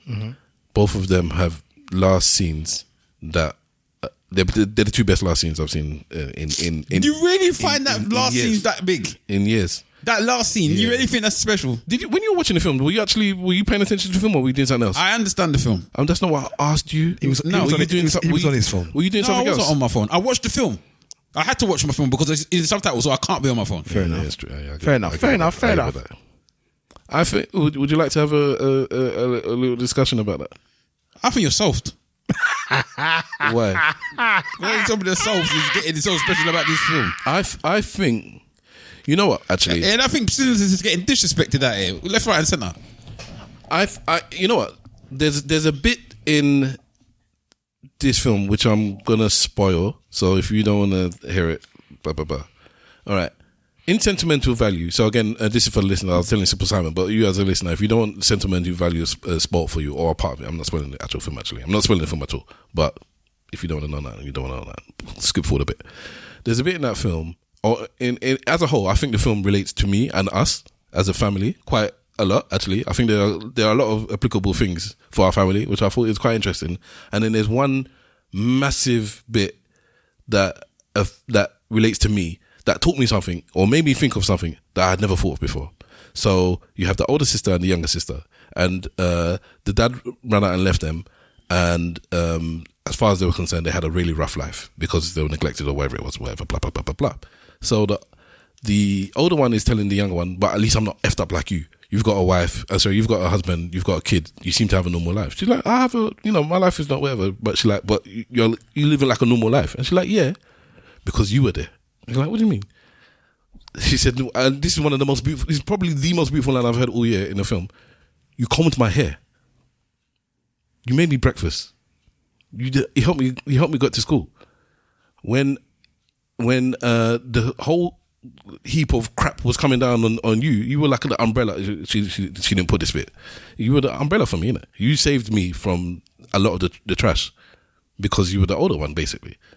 And you could tell the older one I'd never thought of it like that before, and blah blah blah. And then I realized that maybe that's me. Maybe that's me. Maybe there are things that have happened in my life where. Are you trying to call yourself the umbrella? No, I wouldn't. But I could be, but I'm not going to, because you would have to say that, and you were never going to say that. So don't worry about that. I think my older brother could have been an umbrella for me. Well, our parents say that all the time. Yeah, no, but for me, my life was not an issue, if you get what I'm saying. I don't have complaints like my siblings. All of them actually have complaints. Small things, not big things. But I just don't have those complaints. And then I'm thinking... You have your own complaints? About my parents? Or about home life? Yes. What complaints? I don't know when this suddenly started changing, but you used to always complain that you was... not ostracized, but you was not given the same benefits as everyone else. No, I didn't always complain. Yes, you did. I told you what the actual case is, and that's still the case. It's not a complaint. It's not even a complaint. It's that I'm treated differently than everybody else for different reasons. In negative ways, yes, not positive ways. Okay, for the sake of not arguing, I'm just gonna say okay. Because I can't be bothered to even to dwell on it. Because it's not something I actually dwell on. This is, for me, that's childish talk.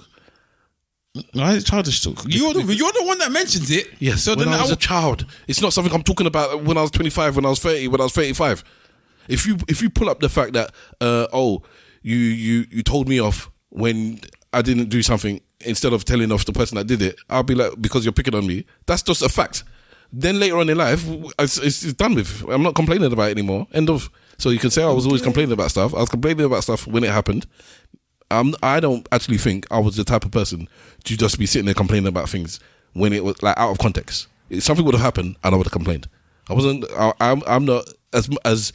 Yeah, but the way you said it, like as crybaby as I might be, I'm not the person that's just sitting there. You said that your siblings had problems. I'm thinking like you did that. I'm talking about today. About what? I'm not going to say that on the pod, and I'll say small things, but. We had a discussion the other day and about something, and it was just it just didn't resonate with me. Maybe because of my bad memory, but the things that I was hearing, it was like it wasn't applicable to me. Was I involved? You were involved in the discussion because I think out of everyone, I have the least amount of anything to be annoyed about with anything. Well, I'm not annoyed about anything. Whatever you're talking about, I don't have really. Apart from with you, I don't have it with my parents. Then stop. Then take yourself out of the equation, then, because I wasn't even talking about you. So this is my point. You said your siblings. There's two people, isn't it? Yeah, but okay. No, when I was talking about the film in general, yeah. But when I was talking about this scene, I was talking about me. So just let me talk about me. Okay, you do what you're saying. All right. That person was just saying that, and I thought maybe I had that from my older brother. And I just never took that into consideration. You're saying that it was said in wrong regard. Fair enough. I'm saying that maybe just the way it was put in that film, maybe it just resonated with me different, or I'm taking it differently than how my mum said what she said. Because for me, my mum said my older brother taught me a lot. I learned through. She taught him, and he taught us. Yeah, and she said that one, and then the second one is that he bore the brunt of punishment. Everything. So that you just got it lighter. Not that he was stopping punishment from happening to us. Which is what I still think he did that as well. I feel like I feel like I didn't. Well, that's when I heard that. That's what I was taking. I was taking with the first thing I said. That he just got it worse. By the time it came to your parents just got softer. We learned a bit more, not to be blah blah blah blah blah. So he just got it worse. Don't ever compare yourself to him. He got it worse. He said a bad thing and you got licked. You said a bad thing and we told you off, kind of thing. It's not that he was stopping you from getting licked. It's just that we had changed by that point. So he got it worse. I never. Maybe we have different eyes of the person then, because I always felt like there's certain things that we could. Obviously, there's certain things it worked both ways. There's certain things we couldn't do because of him, and there's certain things he could do because of him. Well, and I think he fought for those things. So that's why. Well, okay, fair enough. So even the things where we could do then, kind of thing. Not that that's how I'm putting it, because it's different in the film, but it's that premise. It's along those lines. And so saying you comb my hair, oh my God. So you can call me soft all you want, but for me that's beautiful writing. And it's such a slow build in that film. The whole thing is a slow build up to the point where the end is there, and you're saying, is that such a big deal? And it's like, yeah, it's a massive deal because of the whole film in context. All of it led to that bit there. With the boy in it all led to it, and then the second thing now, which again, if these moments of coverage is a part of the film that you may not want to hear. Again, it's not the biggest spoiler in the world, but when she read the script and she said, "Did you tell Dad about this thing, about whatever?" And she's like, "No, I didn't say anything." And he was like, "It's like he was there." And this is something, and when you have a child, it could be one of those things. It's like, I was talking to one of my uncles the other day. I think I told you, maybe I didn't. But he was talking about one of his children, and he was almost cussing him.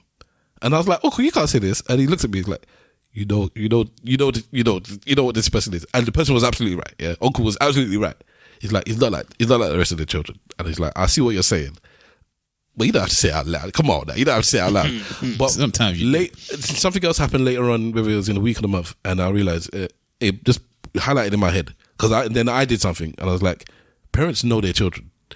You know your children. You know your children, and that was just a wonderful description of, yeah, I'm not there, I'm not blah blah blah blah blah, but I know my children. Also, I thought that he was also a parallel to his mum, but that's another thing. But that's the point. It yes and no. Yes and no. Okay. But he knows his children. Simple. I would like you to watch this film because I would like to see if somebody that has not solved. Also, like myself, watch it and see whether they think that is. Send me the title.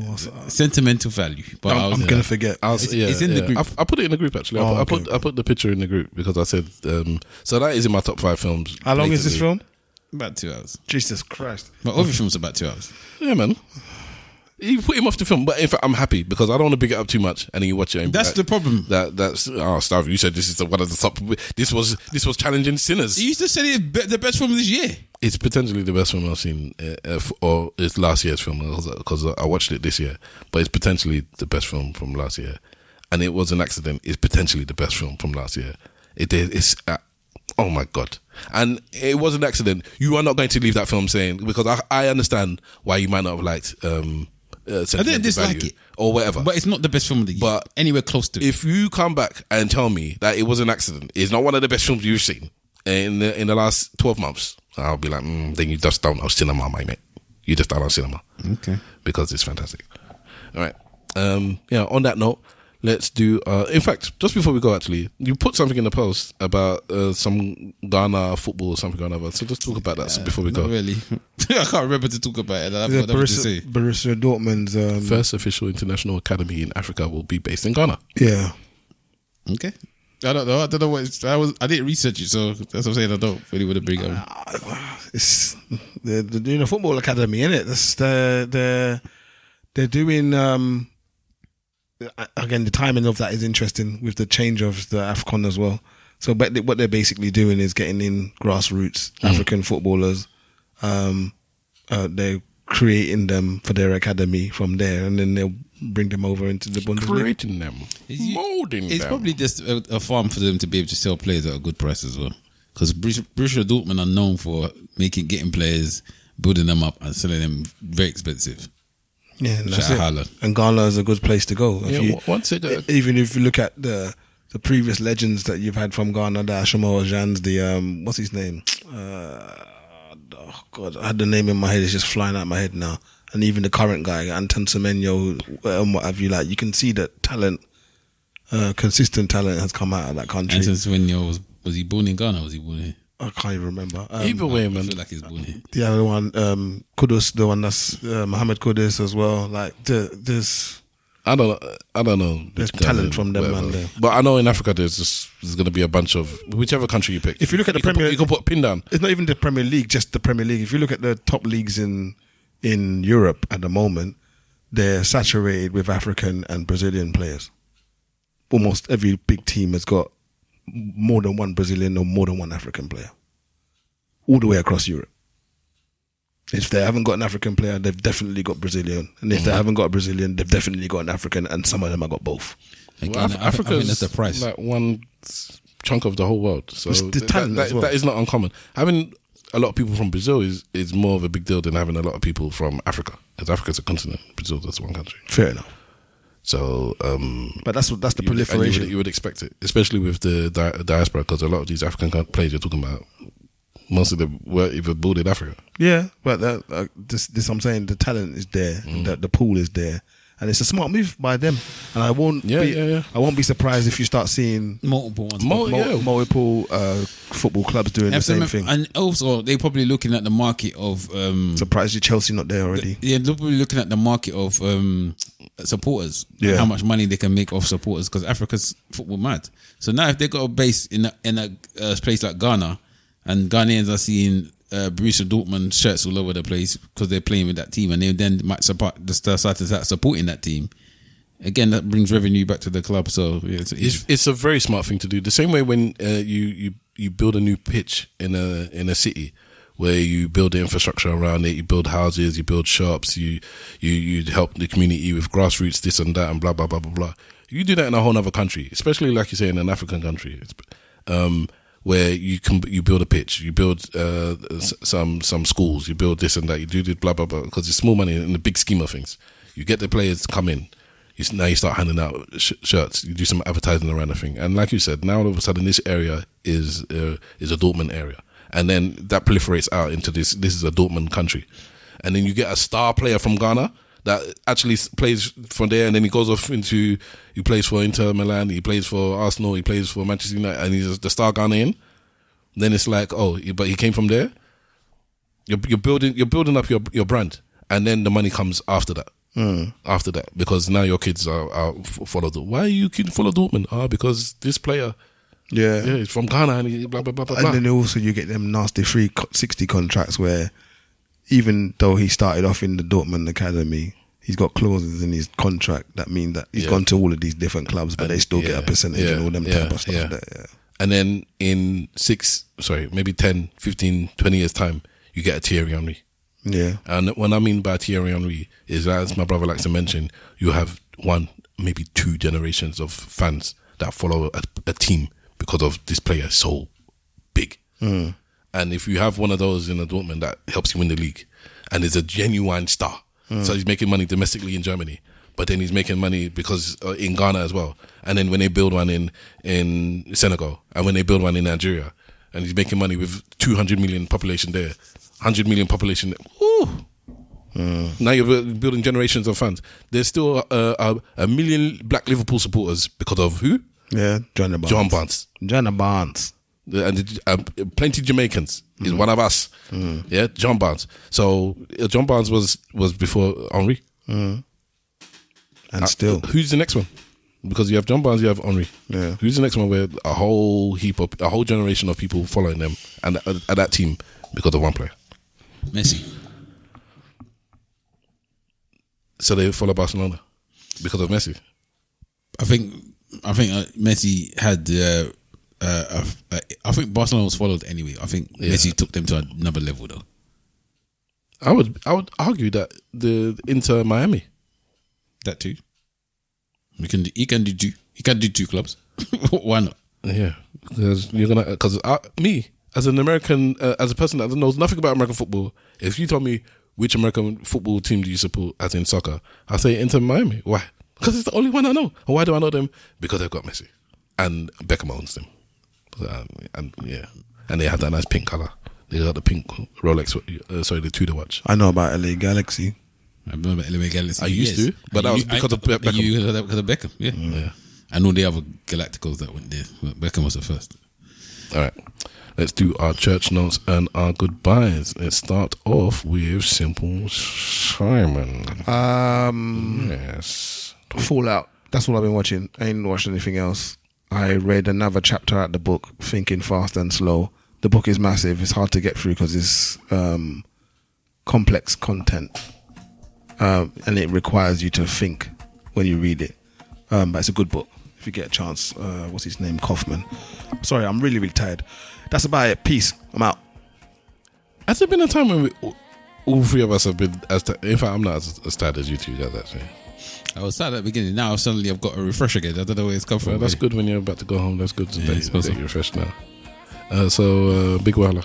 I watched 28 Years Later. Oh, yeah, I watched that. The Bone thing. The Bone Temple. Bone Temple, my bad. It wasn't bad, actually. It's not too bad. It carries on from the last one.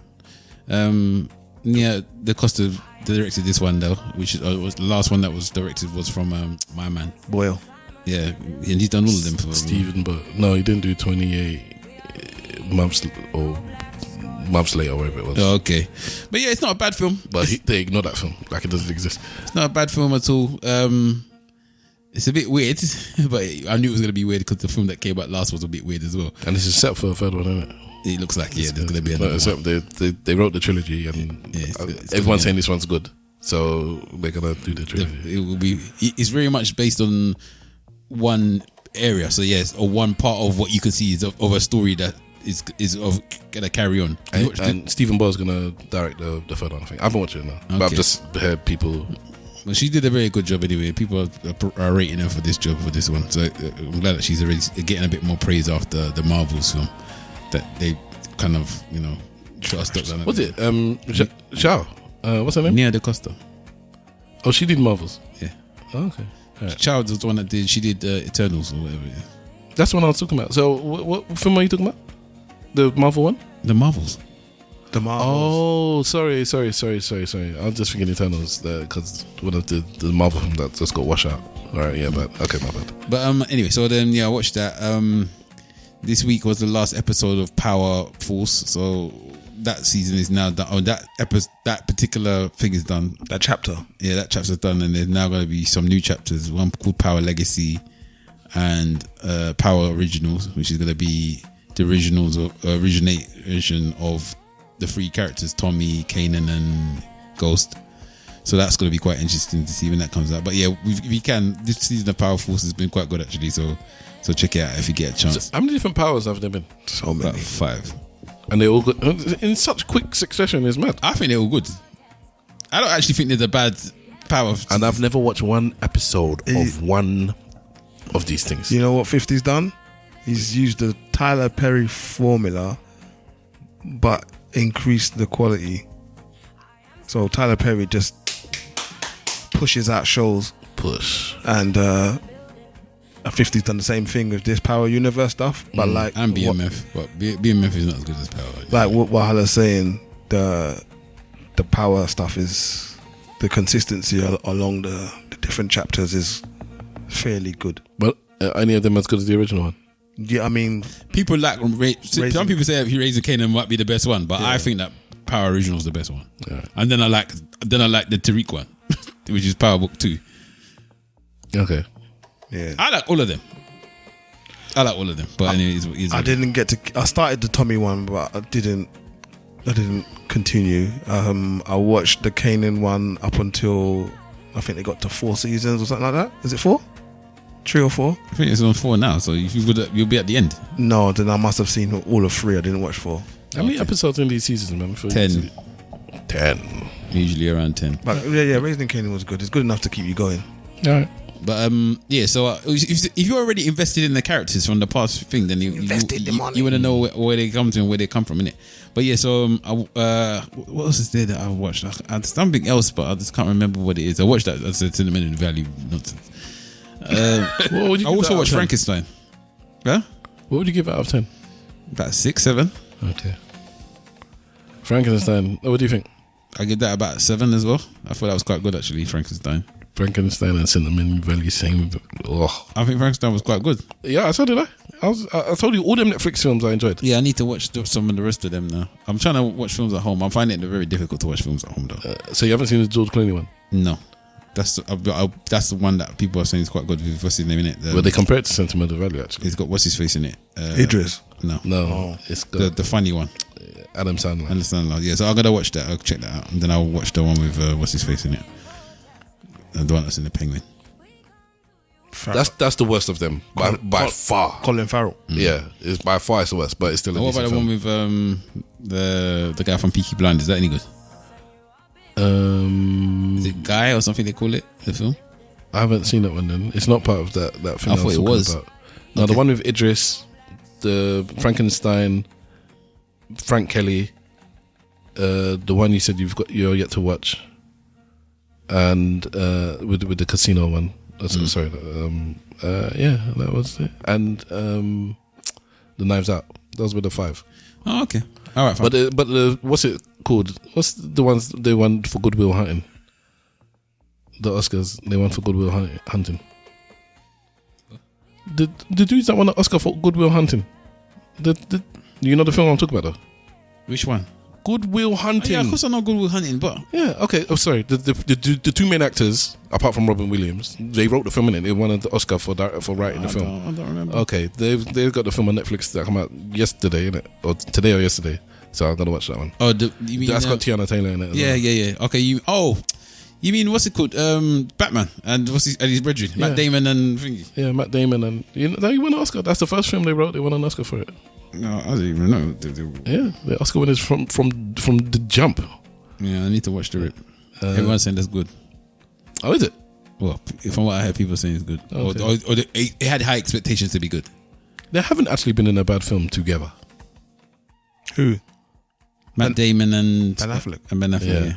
Unless you can tell me it's different. I think. I was still. When is Ben Affleck gonna release this film about? What's his name? What's the one that killed all the people from Congo again? Oh, Leopold. Leopold. Yeah, he's meant to do a film about Leopold. Is it? Yeah. No, I didn't know about that. Oh, I forgot. I probably did know. I forgot. By the way, you've watched that film? Which one? Frankenstein. You thought it was alright. I thought it was alright. But anyway, I'm done now. Anyway. What's the film I watched that you might have watched? Oh, the one with the actor from Dune in it. We are very old men here. You're talking about Marty Timothy Chalamet, yeah, Marty Supreme. I think that film is overrated. Highly. Whilst I was watching Marty Supreme, he was watching Sentimental Value, and both of us must have been looking at the screen like, what is the other person talking about? Because he said Marty Supreme was really good. Yes, I recall. Marty Supreme is 20 times better than that. No to watch. Contest in how much it's not as good. No contest. No problem. I'm even upset when people are talking about it like it's some sort of fantastic film. The film is fine. It's alright.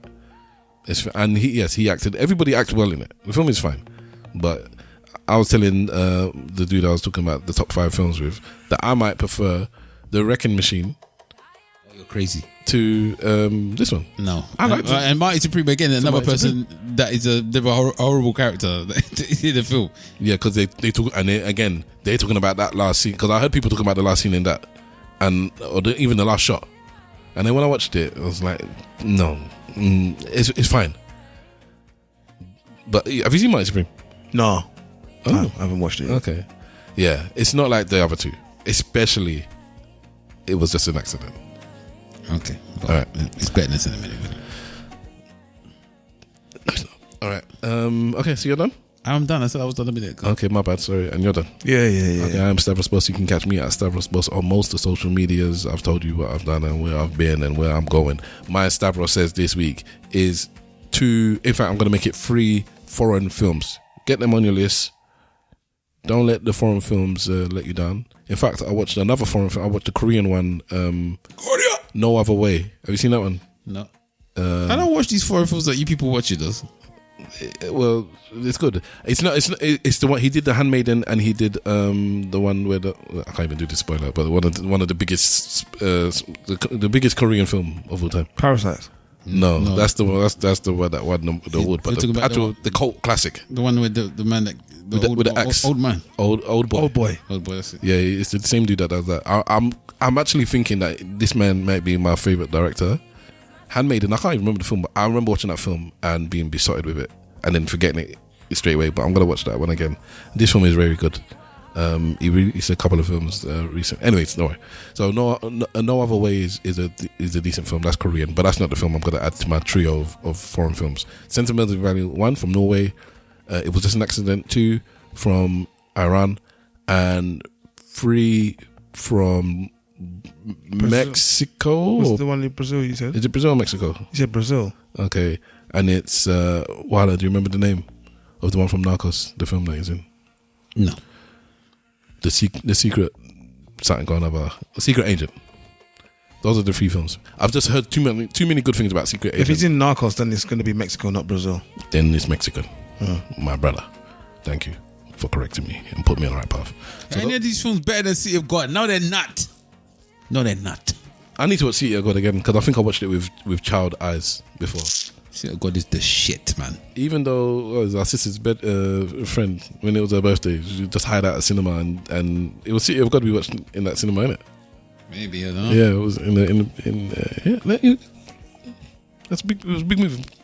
Little cinema in West End where they'll do like screeners, I think, and stuff because it was bang in the middle of West End. Anyways, so thank you very much for tuning in. Sorry if it's not as rambunctious as it might have been. We are all lagging, but we're here every week. We ain't left you alone. You know? So I appreciate that at least. Go in love and laughter. Hug those you care for and big up those who deserve it, because we are not here forever.